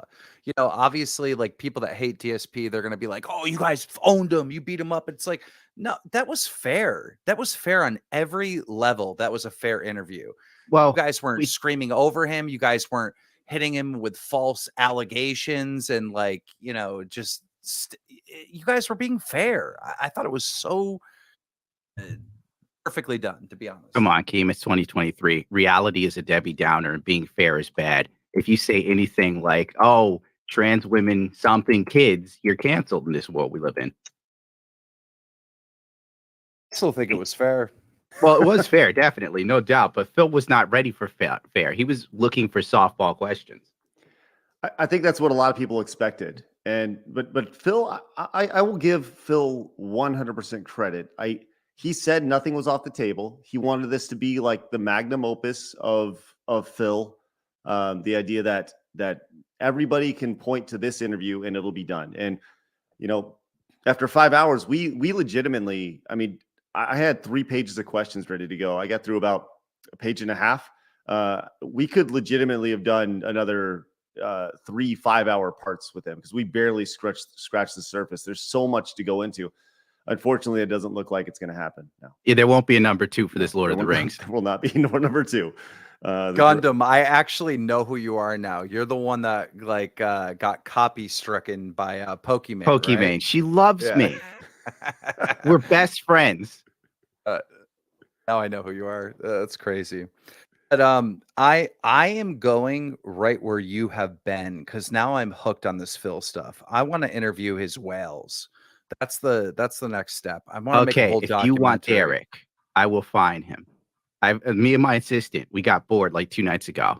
And I'm like, how can we find Derek? And she's like, well, it looks like Derek goes to, can we say like cam sites he goes to or no? Oh, Please yeah. don't. No, Please no, don't. no. Please No, don't. no. Please don't. He goes to these campsites and he like goes in the room and he harasses these girls. It's absolutely insane. Like Mary Kate and Ashley Olsen, please say my name while you stuff that overly sized. Can I say the D word that's a phallic piece or no? We already know what it is. We know where you're going with. Yeah. Derek is just going absolutely insane in there till the women have to like ignore him. And he's like, I'm crying in chat. I'm crying because you can't say my name. If you want him, we'll just have to like get any one of these e-girls online and Derek will show up. You can lure him. They're like bait. Interesting. Well, that'll be easy. I want to be there for that, please. It got so bad where he started harassing porn stars, and they forced him to make apology videos. You can actually see some of them. Oh my God. Can we watch an apology video on stream? Hey, Duty, did DSP react to the apology video or was that fake? No, he did. Which apology video? I'm sorry. The Derek apology video, because I saw like a thumbnail for it on YouTube. No, I'm convinced now that I cannot do a documentary. This would have to be a docu-series. Oh yeah, You're you right. lose your life. We're talking about like 20 hours of like on the edge of your seat. Like this is Tiger King Yes. 2.0. Oh my God. How much do I have to invest to make money? I'm down. I'm so down. And I'll invest too. Okay. Yeah, Craig's Right. sitting on 20 grand. Yeah, right. After yesterday's stream, that's right. It was big money, as we all saw. Oh, I DSP hates think you, I found dude. one. I heard. Craig made money. And that's it. The second you make money and you didn't offer Phil anything, it's over. You're dead to him. Yeah, that's what I heard. I didn't watch the stream, but apparently he ripped us new buttholes, and you know, it is what it is. You know, it's honestly it's disappointing to me, and it's sad, but at the same time, you know, just once again, all the detractors, they said this was going to happen, and they were right, and it is. It's too bad. when you gave me the email, you shot me the email. You want in on the next DSP thing? I'm like, this is not happening now if I'm in the mix. Yeah. Well, I mean, that was the idea. Was that the next opportunity was to bring in all the detractors who are in on the nitty gritty, and I think it would have been interesting for sure. But just judging based off of, I guess, the way he acted tonight or the way he responded to the initial interview, that certainly is he has no interest in coming back on. So that sucks. Yeah, you're number one on the shit list. And once again, like I don't really know why. I guess for being fair and asking questions and then decompressing the next day and realizing that like it was very frustrating to be lied to for 5 hours. And that's Listen, I loved everything That's what about I- it, but the second you brought in Keem, it was over. well, I'll tell you what, that was a credit to our mods for making that happen. That was awesome. But Oh, God bless him. I thought he was gonna call you a scumbag and just walk off and just shut off the stream. Do you know Seriously. how well? Do you guys know how well behaved I was? Because there's Dan Keem and then there's Keemstar, right? Keemstar wanted to be Keemstar. Keemstar wanted to call him this broke loser e-bagger. Like I wanted to go off, and I'm just sitting there like a good little boy. Like, no, this is what happened. yeah, you bit your tongue and you did good. You did good. I was surprised.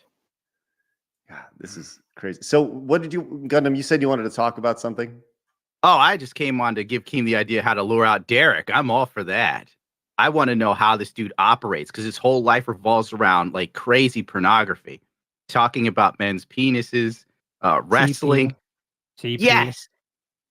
Did you hear? I can't even say it. There's so much about Derek you just can't say. Ah, Christ. Have you heard about Rainbow Fellatio? I don't even know what the hell's happening right now. What the hell are we talking about? Derek is. We're talking about Derek. I was dumb enough to like check, like, what's up with Derek? Why is everyone on about this Derek guy? What is he doing? And I go on his Twitter timeline, and it's the most degenerate stuff I've ever seen in my life. And then Phil calls me a perverted scumbag. And I'm like, this is your top guy. Oh. Well, if Phil is protecting Derek so much, is there some weird stuff like between the two of them that they're protecting each other's secrets? I don't want to allude to. We have a couple of working theories. Like one of the working theories is that the gentleman we talked about, 1 Minute Man, who never goes on stream, that gives Phil $7,000 a year. Oh, wow. Yeah, there's a theory that that Derek's parents are actually 1 Minute Man and No pay way. Phil to babysit Derek. That's one theory. Okay, that is Dude. wild. It's like what happens with like look, I've exposed so many like pedos online, especially in the Minecraft community through my almost 10 years now on Dromler. What I always found out is that like their closest friends a lot of time get busted too. Like these guys are in group chats, they figure out that they're both like into like kids or whatever, and they make a friend group and they hold each other's secrets and they stick up for each other and shit like that. Like I'm just putting this out there. I have no idea if this is true. I know very little about DSP and his audience, but is it possible that it's something like that? Like, maybe it isn't even CP. Maybe it's like Phil has this weird kink or something, and Derek does too. And Derek is a porn dealer. And they hold each other's secrets, right? Like maybe it's not even anything criminally. But could it be something like that? Here's my honest to God theory. If I recall correctly, Derek was giving DSP money when he was underage using his parents' credit cards. And maybe, there's some humanity left in Phil. And he saw that it's sweet and endearing. And he's like, come, boy, I shall take you on as my squire. And we shall watch shitty Wulong playthroughs together or something. Why does the chat keep saying scat? Like what? Scat. Is Derek into that?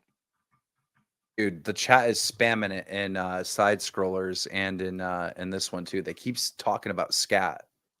I'm not looking that up. I've seen enough of Derek's timeline. I think we're okay with that. Yeah. Oh, I don't have any interest in exploring that. I don't have a whole lot of interest in exploring Derek, but I'll tell you, that seems like it's right up Keemstar's alley right there. Interesting. and it's not just him. Like Keem, I mentioned earlier, a person called Pandely who used to be DSP's girlfriend. Um, it is documented, and we have a lot of information out there that DSP groomed this person. Where because I think she was about 18 when she moved in with Phil. So People are of course saying the assumption 17 in the chat. well she was 17 when he slid into her DMs Okay. and had that conversation. So we know that I believe she was 18 when they moved in together. So the assumption is, okay, how long were you guys talking? And was she a minor at the time? And I know you got that question, Craig, Well, to ask him about the Pandely stuff. Right. Has Panda Lee ever done an interview or anything? No, she like unplugged from the net once she got away from Phil. 'Cause if there's a way to get a hold of her, I'll talk to her. Like, I would love to know her story. We have her name and stuff. I don't want to say it here, but I can Right. send you that information. Yeah, I don't want to dox anybody at all. Right. Yeah. I was gonna say, call me crazy, but I don't think DSP has enough charisma to groom anyone. He can't even groom himself, for God's sakes. Well, I think maybe it kind of a little starstruck, thinking the person has a little bit of money, none of that. Okay, At DSP home. did have money for a minute. A little bit, but I mean, you watch somebody on the internet, you see, you just people make assumptions, especially when you're 17 years old. I mean, you're a little bit more impressionable. So Yeah. Yeah, I don't know. I mean, like that's something that I didn't necessarily want to touch. And I'll let you guys kind of dig into that, man, because a lot of people in the chat are like, "Hey, man, leave her alone," because apparently she was like a nice, she was a victim of the circumstance. I guess that's the vibe that I'm getting from the chat. So I'm just here for the lulls, nothing more. Well, yeah, I she mean, shouldn't be harassed, but dude, I'd love to reach out to her and be like, "Hey, are you down to like tell your story of what happened with all this?" Do A you lot have of photos of times it's DSP's home? and a lot of we have tons of people. I mean, there's John and Howard. These were two of DSP's friends that were part of his content, and essentially they wrote him off because he was such a shit friend. And there's documentaries. I could provide you that information as well. well, so let's talk about that real quick, right? Because we talked about Phil, kind of his lifestyle. I go back to that, the 6 hours a day, or sorry, 6 days a week, 12 hours a day type of thing, and how that's not conducive to having any sort of life outside of producing content. It's not healthy. So I've heard these names. I heard these names a lot leading up to this. Like, so they were his friends, and they just abandoned him altogether, or what? Oh, I figured So Duty was going to handle this. yeah, so he essentially lived in Connecticut previously, and then he decided he was going to move out to where he currently lives right now. But a little bit before that, they had they worked on a couple projects. There were some issues with money where they felt like DSP was making money, he wasn't paying them. It's a lot of stuff. I mean, we could talk about it for an hour. Yeah, Howard But was pissed. Oh yeah, yeah. And they what they essentially did was they did a video. I think there's only the audio portion out there. But essentially they just called Phil out for being a terrible human being, and they just said, "We want nothing to do with you anymore." And yeah, I mean, I could provide you that info. Yeah, it's honestly, it's more than I care to get into personally, but I think if you're doing a documentary, you probably want to dig into that for sure. But like I said, I'm not going to be the one producing any sort of documentary. I think after this, we'll be done talking DSP for a good long while, probably forever on Side Scroller. So that is my ultimate goal from this. This is the final chapter. It's funny because you go back to like, I just knew that we were getting a flamethrower put on us by Phil tonight, and and just like, okay, well, let's just go live. Keemstar said, let's go live, and started talking duty, and here we are talking about X's and all sorts of stuff. So this has been quite the rabbit hole to go down for sure. So I guess doing a documentary and like reaching out to these people around him and ask him if they want to do an interview or whatever, that's totally fair. Like any journalist can do that. I run a news media outlet. That's totally fair. But like, if he wants to twist this and be like, oh, well, he's stalking me, he's doing this and he's doing that, it's like you were publicly on your show unprovoked multiple times, like fucking talking all kinds of crazy shit about me. So you can't act like, you know, me trying to find the truth of your real situation you know, makes you a victim or something like that. It's like, dude, you talk shit about me, I'm going to make a piece of content and interview people around you to see what they have to say, you know, good or bad. And what would it be called? Level 1. I think after this, no, I think after this, he's in the tutorial phase. Maybe a tutorial. This is crazy, man. The last, I'll tell you this, the last 2 days have been, well, the 2 weeks leading up to this were something entirely different than the last 2 days. And the last 2 days have been something else. It has been, it's been interesting to see the reaction to this. And it's, it's like pulling back an infinitely big onion that you'll never get to the center to. And I think that's the best way to describe it. You'll never get to the middle of this. It'll all end with Phil having a stroke live on stream and dying. That's how I see him going out, to be honest. What at what age? Oh my God, who knows? It's not like Phil's in the best shape ever. Maybe his 60s? Hey Gundam, I disagree. The man is gonna be out there scamming your great grandkids. He's gonna be 90 He's gonna outlive me. Yes, he's gonna be asking your great grandkids for $1 tip. I'd roll over in my grave.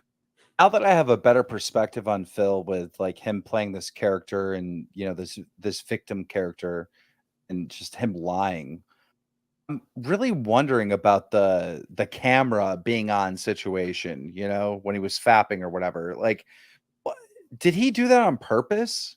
Is it possible that he did that on purpose? If he has this humiliation kink, right? Where he wants to go on stream and beg for money and like he's literally baiting people to pick on him. Did he do that on purpose? I'm curious. That was one of the original theories when it happened. I personally believe that this is who DSP is, and he's also come to the realization that what else could he do to make this money? Like the only other option besides begging is working harder. And this is a guy who doesn't even want to walk around the block for fitness.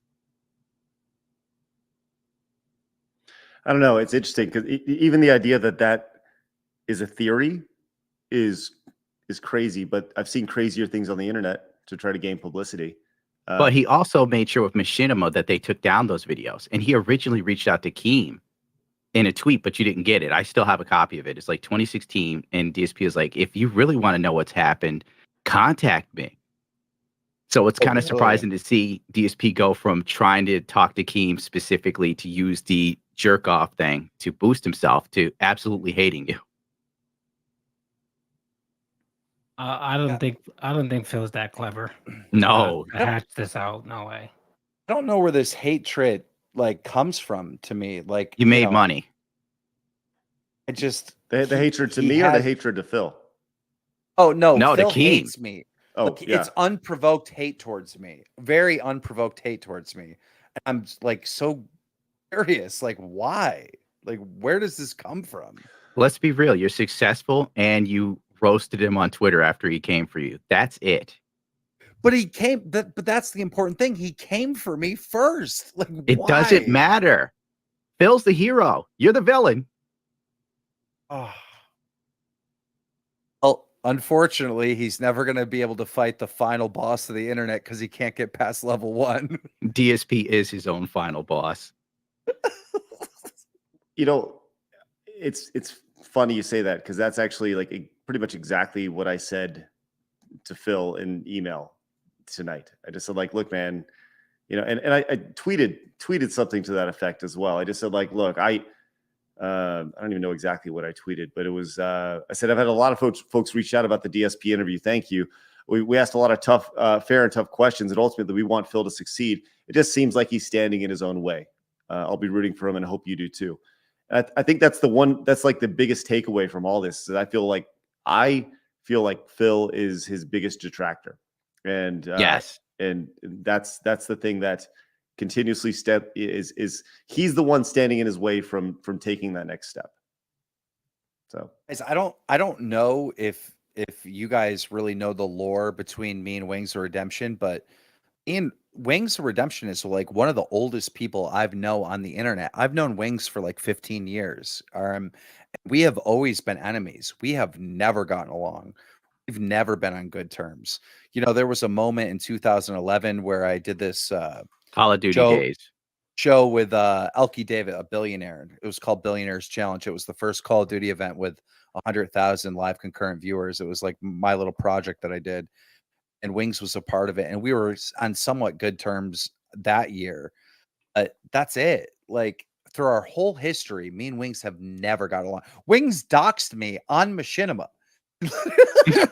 Me and Wings were fighting, and Sark was like the head guy at Machinima, but back then, this is like 2010, maybe. He's interviewing me and Wings, and he's trying to make peace happen, like on Machinima. And in the interview, Wings goes, "Do you live at this address?" And he starts reading out my address. So, like, we've never got along. So when I brought the Lol Call podcast to Boogie, and then Boogie brought it to Wings, Wings didn't care about any beef between me and him. He was like, "I'm down." Like, you know what I mean? Get that money, pimp. For me and DSP to have no history, no beef back and forth, really, and him to be like, "No, I hate that guy. He's a bad guy." It's like, that's, you hit it nail on the head, Craig. Like, he is his own worst enemy. I hope that he eventually realizes that. Do I think that's going to happen? No.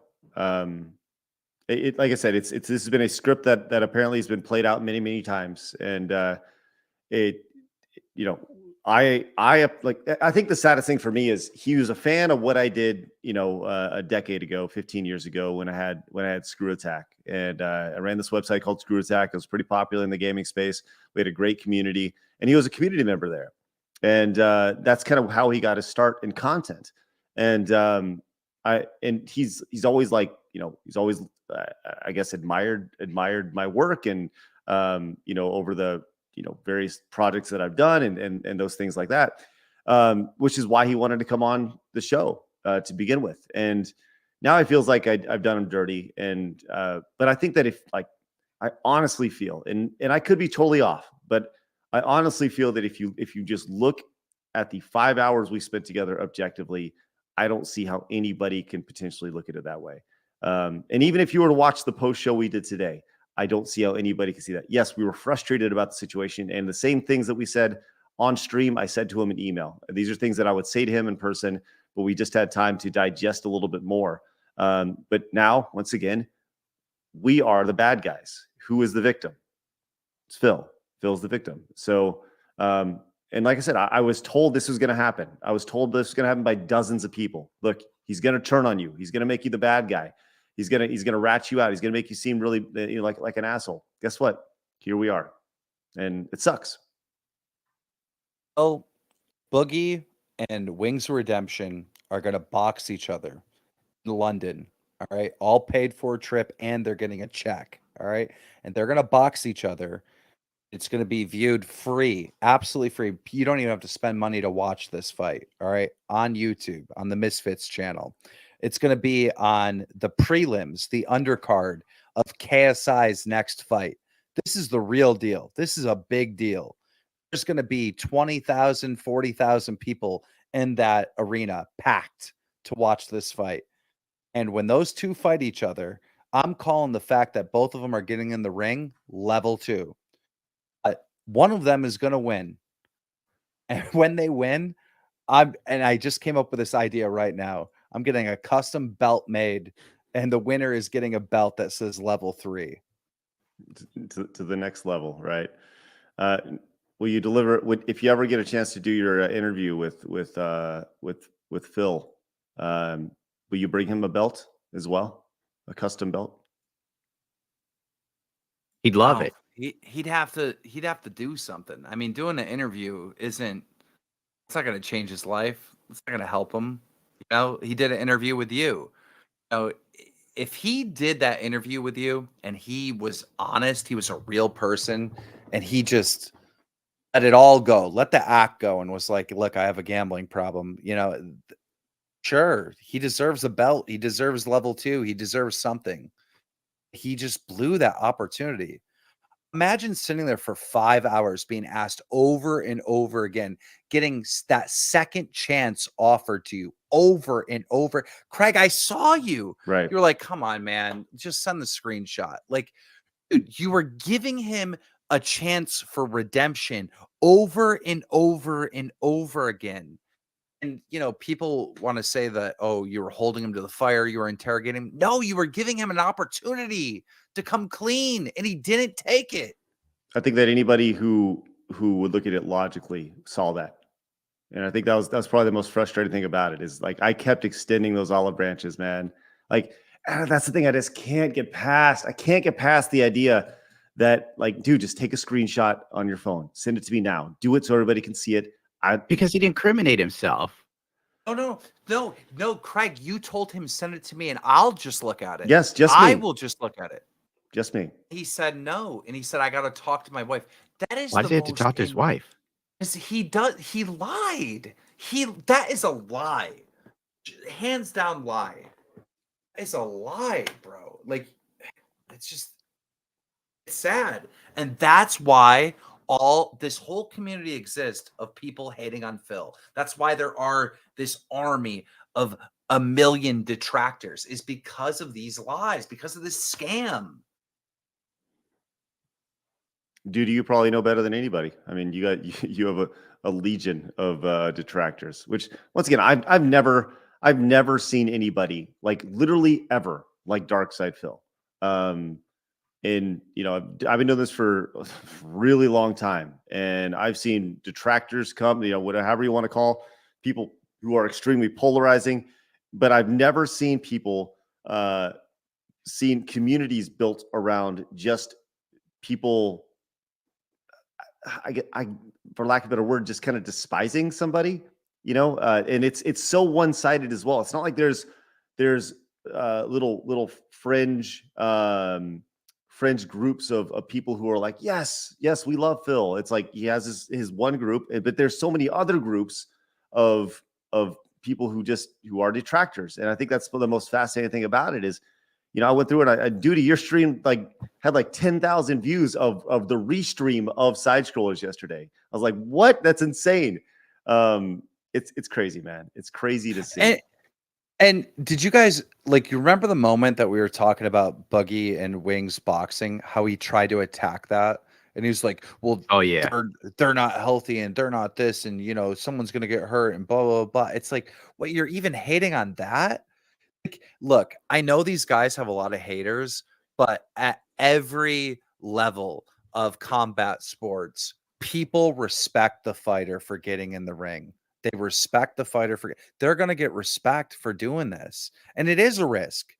It's a risk. Anytime you step in a boxing ring, even if you're a professional boxer, you could die that night. You can die. And most people know that. And if you don't know that, you should.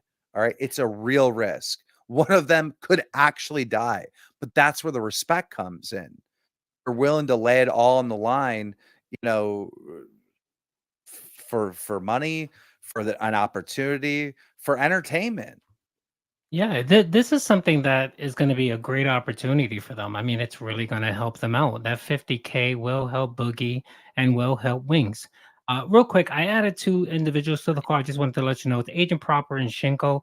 These guys are expert detractors. They can answer pretty much anything, any question you may have. So I just brought them on, so whenever you guys have questions about the Phil lore, they can definitely answer it.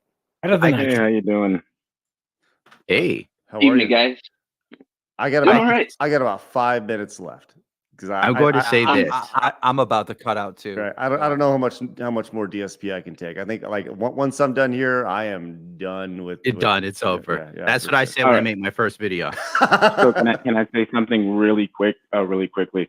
Keemstar, like I noticed that you said a couple of times that there's no way that these are real people. I'm literally here to tell you that these are real people. These are real people doing these things. In terms of Phil being a character, Phil, he has no social interaction with people whatsoever. So what you're seeing is what you get, because that's the only interaction he gets with people outside of, in life, period. If you check like the bank leaks that come out, you can see that his day consists of spending money on baby champions, going to get gas, getting groceries, pet supplies, comes back home. That's it. So basically that's the guy.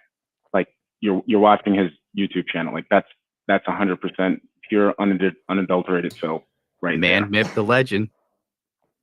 I mean, yeah, I've been watching Phil for as long as he's been around, since before he's, even put out his Street Fighter videos. I mean, for 15 years now, this guy has done everything a scumbag would do, exploiting people throughout the years to get to where he is. And that's the reason why I'm modding his thread over there on Kiwi Farms. That's the reason why I'm sitting here trying to get lore straight for you guys. So I was DMing with Craig, reaching out to different people. I just want people to understand the kind of guy Phil is and who they're getting in bed with. Why do you guys feel, in your words, he's a scumbag? Why do you feel like DSP is this, like? Provide me with examples. This is something that like when you see. I can give you one right off the bat. Like I can give you one that like can resonate with anybody. Sure. He has a cat. He has a cat that he neglects. Again, because he's a social. Since he's a social pariah, he doesn't interact with people. He probably got this cat to like offset that or whatever. But since he talks so much on screen, he gives off little details about how he neglects his cat. So my biggest one that I've shown before is when Phil likes to go to bed, right? Phil likes to take the cat with him inside the bedroom and lock the door because he doesn't want the cat to get out. But at the same time, he doesn't want the cat's litter box to stink up the bedroom. So he leaves the litter box outside and leaves the cat without a means to relieve itself for several hours. Oh, that so sucks. You can hear DSP say like, yeah, I try to get a good night's sleep because Phil likes to wake up at 10 o'clock, not 9, as he told you. And basically the cat is waking him up because the cat has to pee. Another thing is it's on my Twitter. It's on my Twitter. It's pinned on my Twitter.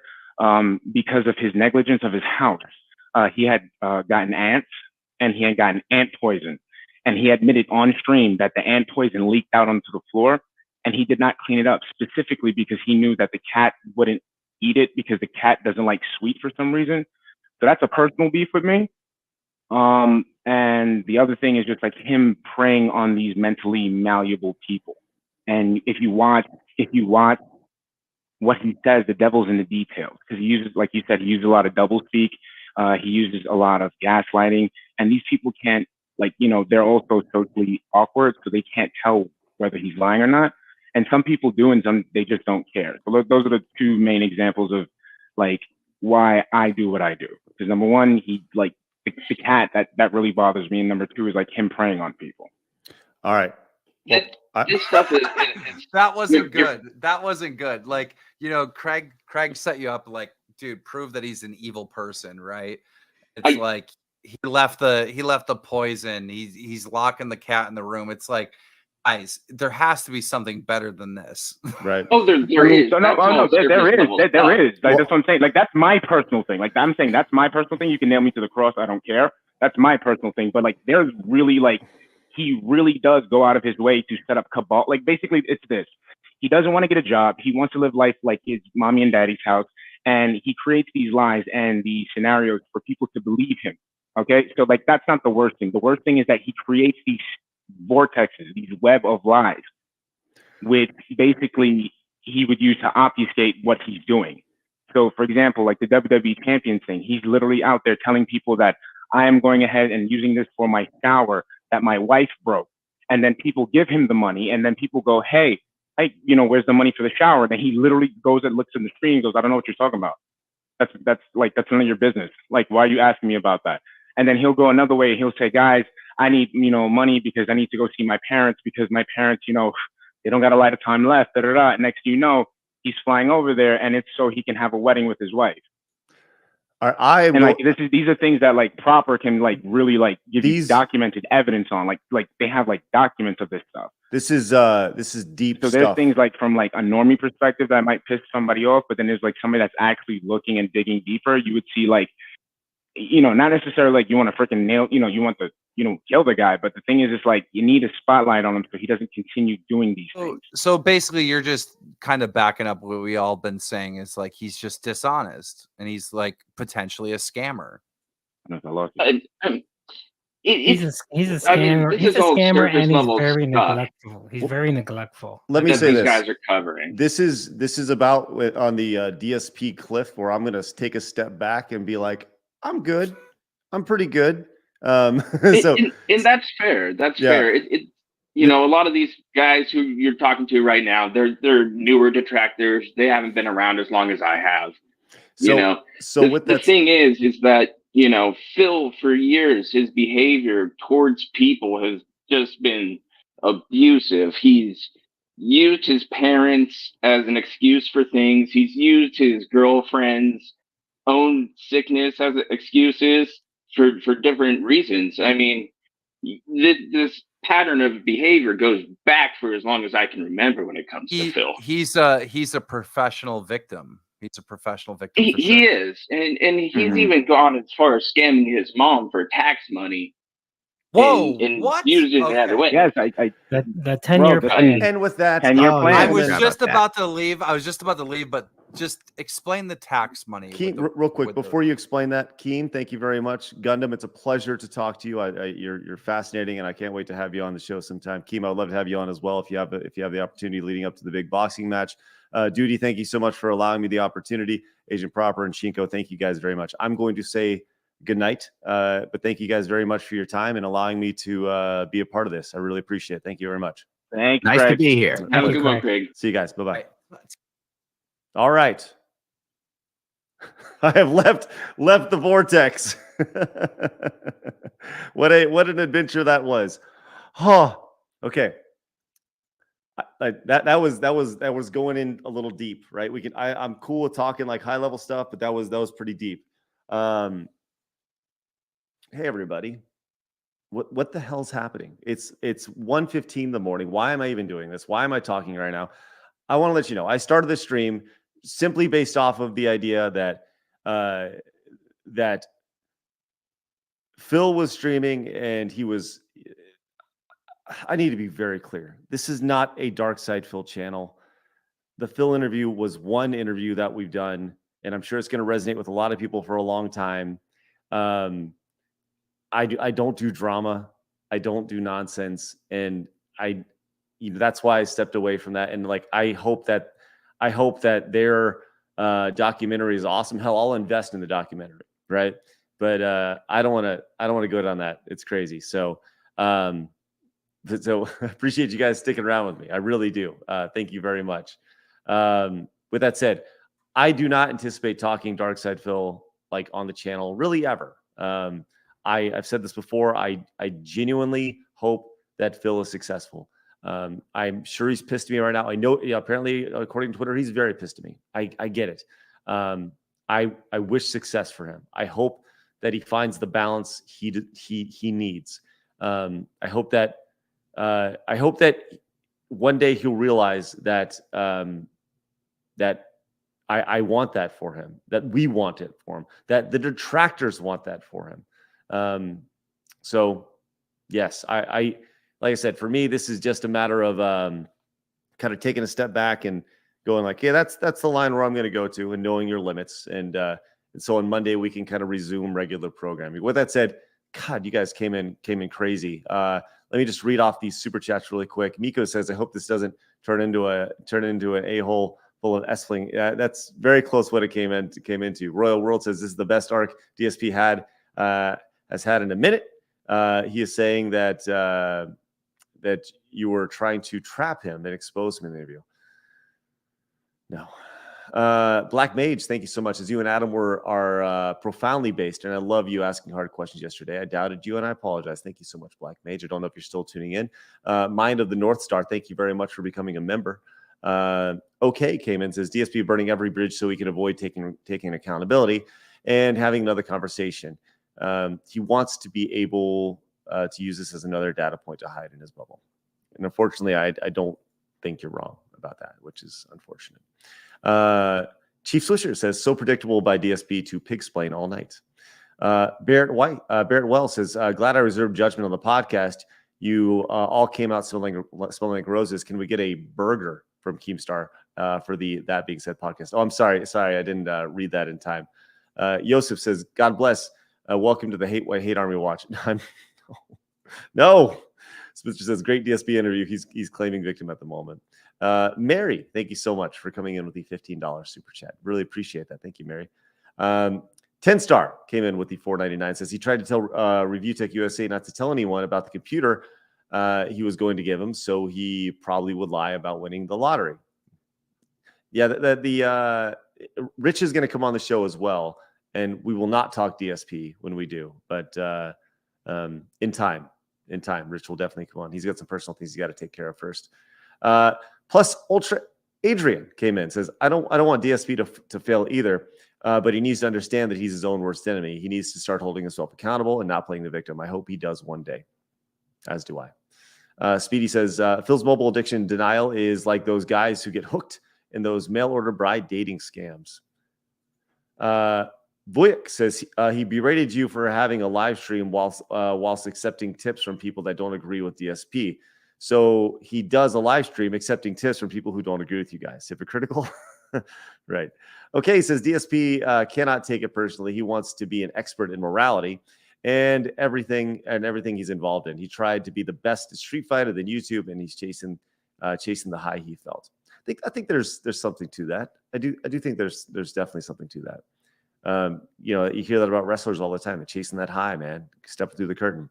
Hyena first says, if DSP was in the worldwide privacy tour, Dark Side Phil, gamer, streamer, bro, victim. Tipster came in and says, it's unfortunate that part 2 isn't going to happen, but I had a feeling he would find an excuse to back out. Right. The cars don't lie. Thanks, Tipster. Appreciate that. The cars don't lie says, appreciate what you guys are doing, but this man cannot be helped because he doesn't want to be helped. I've casually followed Phil in his antics. He's way too entrenched and shaking his virtual begging tin cup for pity money. Yeah, like I said, I'm done talking about Phil. Like once this stream is done, I'm done. So Ian Moreland says Keem offered to help spat on. You offered to help spat on. Right. Caps Corner says it's like what GTG, a longtime detractor, always says. Literally everyone who does business with DSP always gets thrown under the bus by him. That appears to be the case. Harry Otter Gaming says, Phil, please. And Singular came in and says, please tell Keem I was a hater, now turned fan because of the way he handled himself. Grown and handled people from all the spectrum, especially with the whole H3 arc. Keeping it objective is awesome. Singular, I'll send him a DM and let him know how much you guys appreciate it. Seek says, great chat. I feel the reason Phil stayed for 5 hours because there's a part of him that wants help, but the rest of him clouds that awareness. I don't think you're wrong. I really don't think you're wrong. I think that Phil thinks that he needs some assistance. I really do, but there's a part of him that doesn't want that to happen. Let's see. Didn't want able says bubbles. LR came in and says he has $385,000 evacuating his house. He bought it for $265 and its value on Redfin for $650. He's not broke by any means. Wow. You guys really know a lot. Tickled Bruno says, to be fair, it seems way more than 5 people. Talking about the whales. Seek came back and says, what Keem said is my issue with Phil. I'm an aneurysm survivor and struggle, but I work. I ask for help only if it's truly dire. Never dire for Phil. Phantom says, lawyer here. It would be really hard to sue him for fraud. Thank you, Phantom. Appreciate it. I'm sorry I didn't get to that. These are all wonderful. Thank you guys very much for your support tonight. Felix says, based on bravo on the interview, looking forward to more. Hopefully, sincerely hope that DSP gets over himself and returns. I would love that. I would love that. Grim says, congratulations on being with Detractor Craig. The Basement Band says, not sure what's happening. Just tuned in. Much love, people. And followed up with whale hunting. Oh, gosh. That'll be quite interesting. Maxon says, Pig Roach blows bubbles for his dents. They're slow. LR says, interview Panda Lee. She knows the truth. The Basement Band says, lol, I never cared before, but I do now. Lol, I'm the problem. It's me.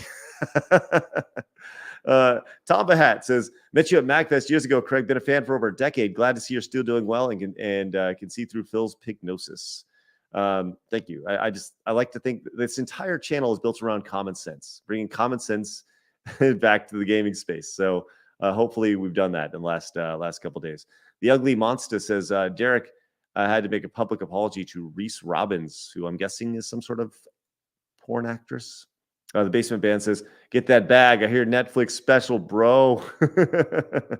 Thanks, Basement Band. Appreciate that. That'd be wonderful. Treadmark says, how to lure Derek sounds like something the FBI would be doing in a couple months from now. God. Harry Otter Gaming says, DSP could be exhibit B and do this for kinks. Okay, says DSP has a scat fetish. I bet. Oh, gosh. Ankle Break says, it's funny that DSP claims he wants to get to level 2 when his podcast is called level 1.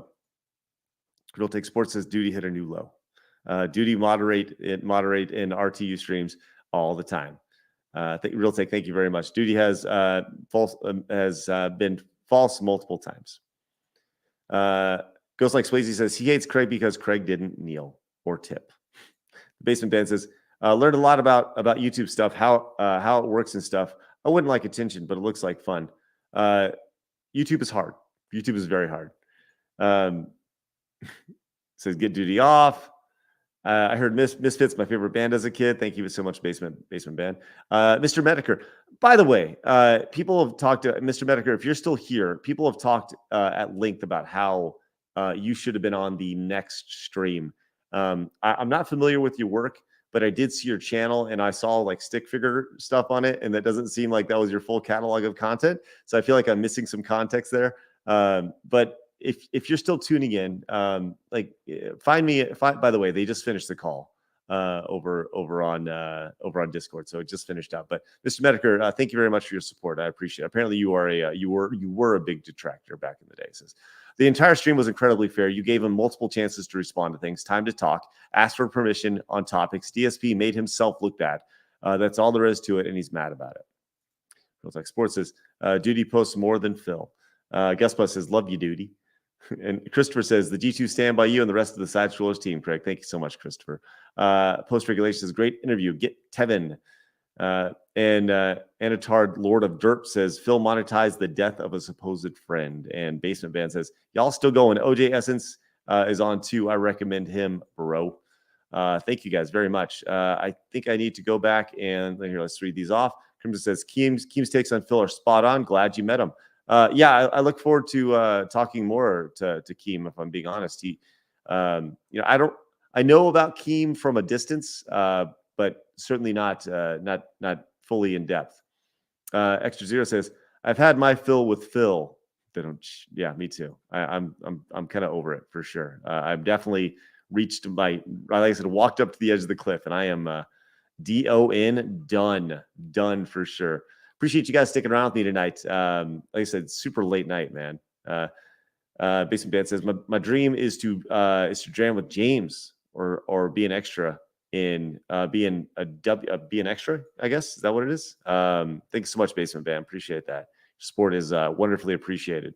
Ankle Break says if you guys were in position, I would just ignore DSP going forward. He'll eventually stop talking and creating unnecessary drama. Yeah, and we're done. Like I said, this was it. Like this was it. Like once I'm done, I'm done. I'm absolutely done talking about Phil and DSP. This channel is not built to have drama at all. And we're getting close to that edge, and I don't want to deal with that nonsense. Aquatil says, I apologize for doubting you. Thank you so much, Aquatil. I appreciate that. That is incredibly nice. Thank you so much for the super chat. And I think we are all... Nope, Dorcosaurus came in, says, you messed up by not discussing Sons of Kojima and legitimately messed up by I guess it is, type stuff that they and others have done to him. Well, sorry you feel that way. There's going to be people who feel like we messed up on all sorts of things. I'm not sure what exactly you're speaking about, but Super Satanson says, this went into terminally online territory. Nice escape, though. Great takes on your side as well. Well, thank you very much. I appreciate that. And yeah, it was definitely time to say adieu for sure. When the time came. Let's see, what is, there we go. Man, you guys are great. Thank you again for your support. I think we are finally, yes, we are caught up at the bottom of all the super chats, and that is insane. It is the middle of the night. I am here. It's just Craig. Now you're Nintendo on YouTube. left when they think that you're going. Think when you're going left. No, I'm done with the drama. Done with the drama. Ghost, like Sway says, I'm not a fan of Keem too much, but he drove. But he has a trove of info in the context that could help you grow your channel even further. Yeah, he's an interesting dude for sure. The Basement Band says Blabs won. Blabs. I don't know. We'll return to that eventually. Shady J says, found you guys because of the drama, and man, it's crazy. Gonna be a long-time listener now. Can't wait for Angry Video Game Nerd to come on. Yes, in time, in the next couple weeks for sure. Salty the Mad Guy says, when I returned to the internet 2 years ago, you probably, when you returned to the internet 2 years ago, you never probably thought it'd turn into this cluster F. No, if you were to give me a bingo card from a decade ago and say, look, you're going to do an interview with Darkside Phil and it's going to break a portion of the internet. And then Phil's going to hate you. Excuse me. I did not have that on my bingo card. I do not at all. At all. Jose says, I'm excited for the regularly scheduled program. Me too. Me stinking too. I'm ready to return back to normal on Monday for sure. And hopefully you guys join as well. Kenneth says, I would like to appreciate that I'd like to say I didn't appreciate you didn't have a softball interview. Big ups, and you earned my subscription. Well, thank you, Kenneth. Appreciate that. Yeah, the channel's been doing really great the last few days. And obviously it has to do with a lot of people who are interested in it as well. So look, man, I'll tell you what. This has been a nutty few days. This has been a very crazy few days. I mean, I did not anticipate getting on a call with ItsaGundam or Keemstar tonight when I started the evening, but here we are. And we finished up, and it was crazy. I got to get up early, man, but this was worth staying up, and it was good putting a pin on this and just shutting the book, because that's what we're doing now. We're shutting the book. We're moving on. This was insanity, but thank you guys for going on this little 2-day roller coaster. Like I said, as far as I'm concerned, we are done, and I'm very grateful for that. Basement says, do you think James will break the net? Good night. Basement Band, thank you very much once again for your support. Greatly appreciated. I think that people really, really enjoy whatever it is James and I talk about. Nest Dog says, speak to Rambo and Howard. I'm done. Like I said, I'm done. I'm done. I'm done.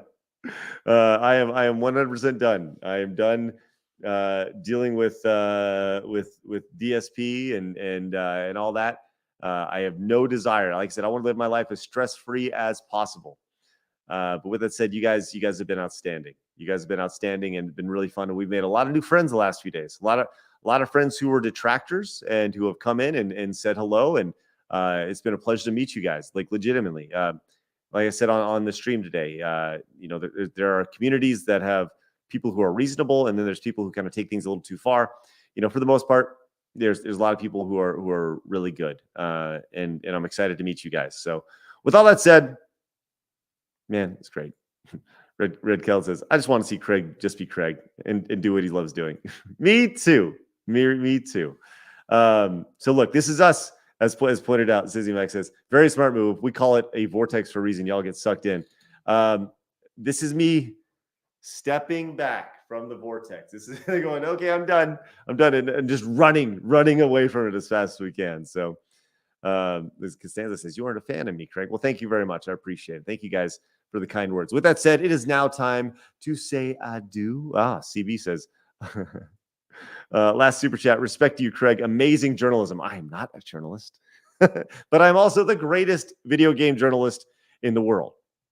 Been established. So All right, guys, have an excellent night. Thank you so much for showing up, being a part of my life, allowing me to be a part of yours. And remember, people are going to try to keep you down. Don't let them. You guys got to go get it. I'm gonna list this stream as unlisted. So guess what? You guys are the only ones to get a chance to see it. Have an excellent night, guys. See you guys later. Bye bye.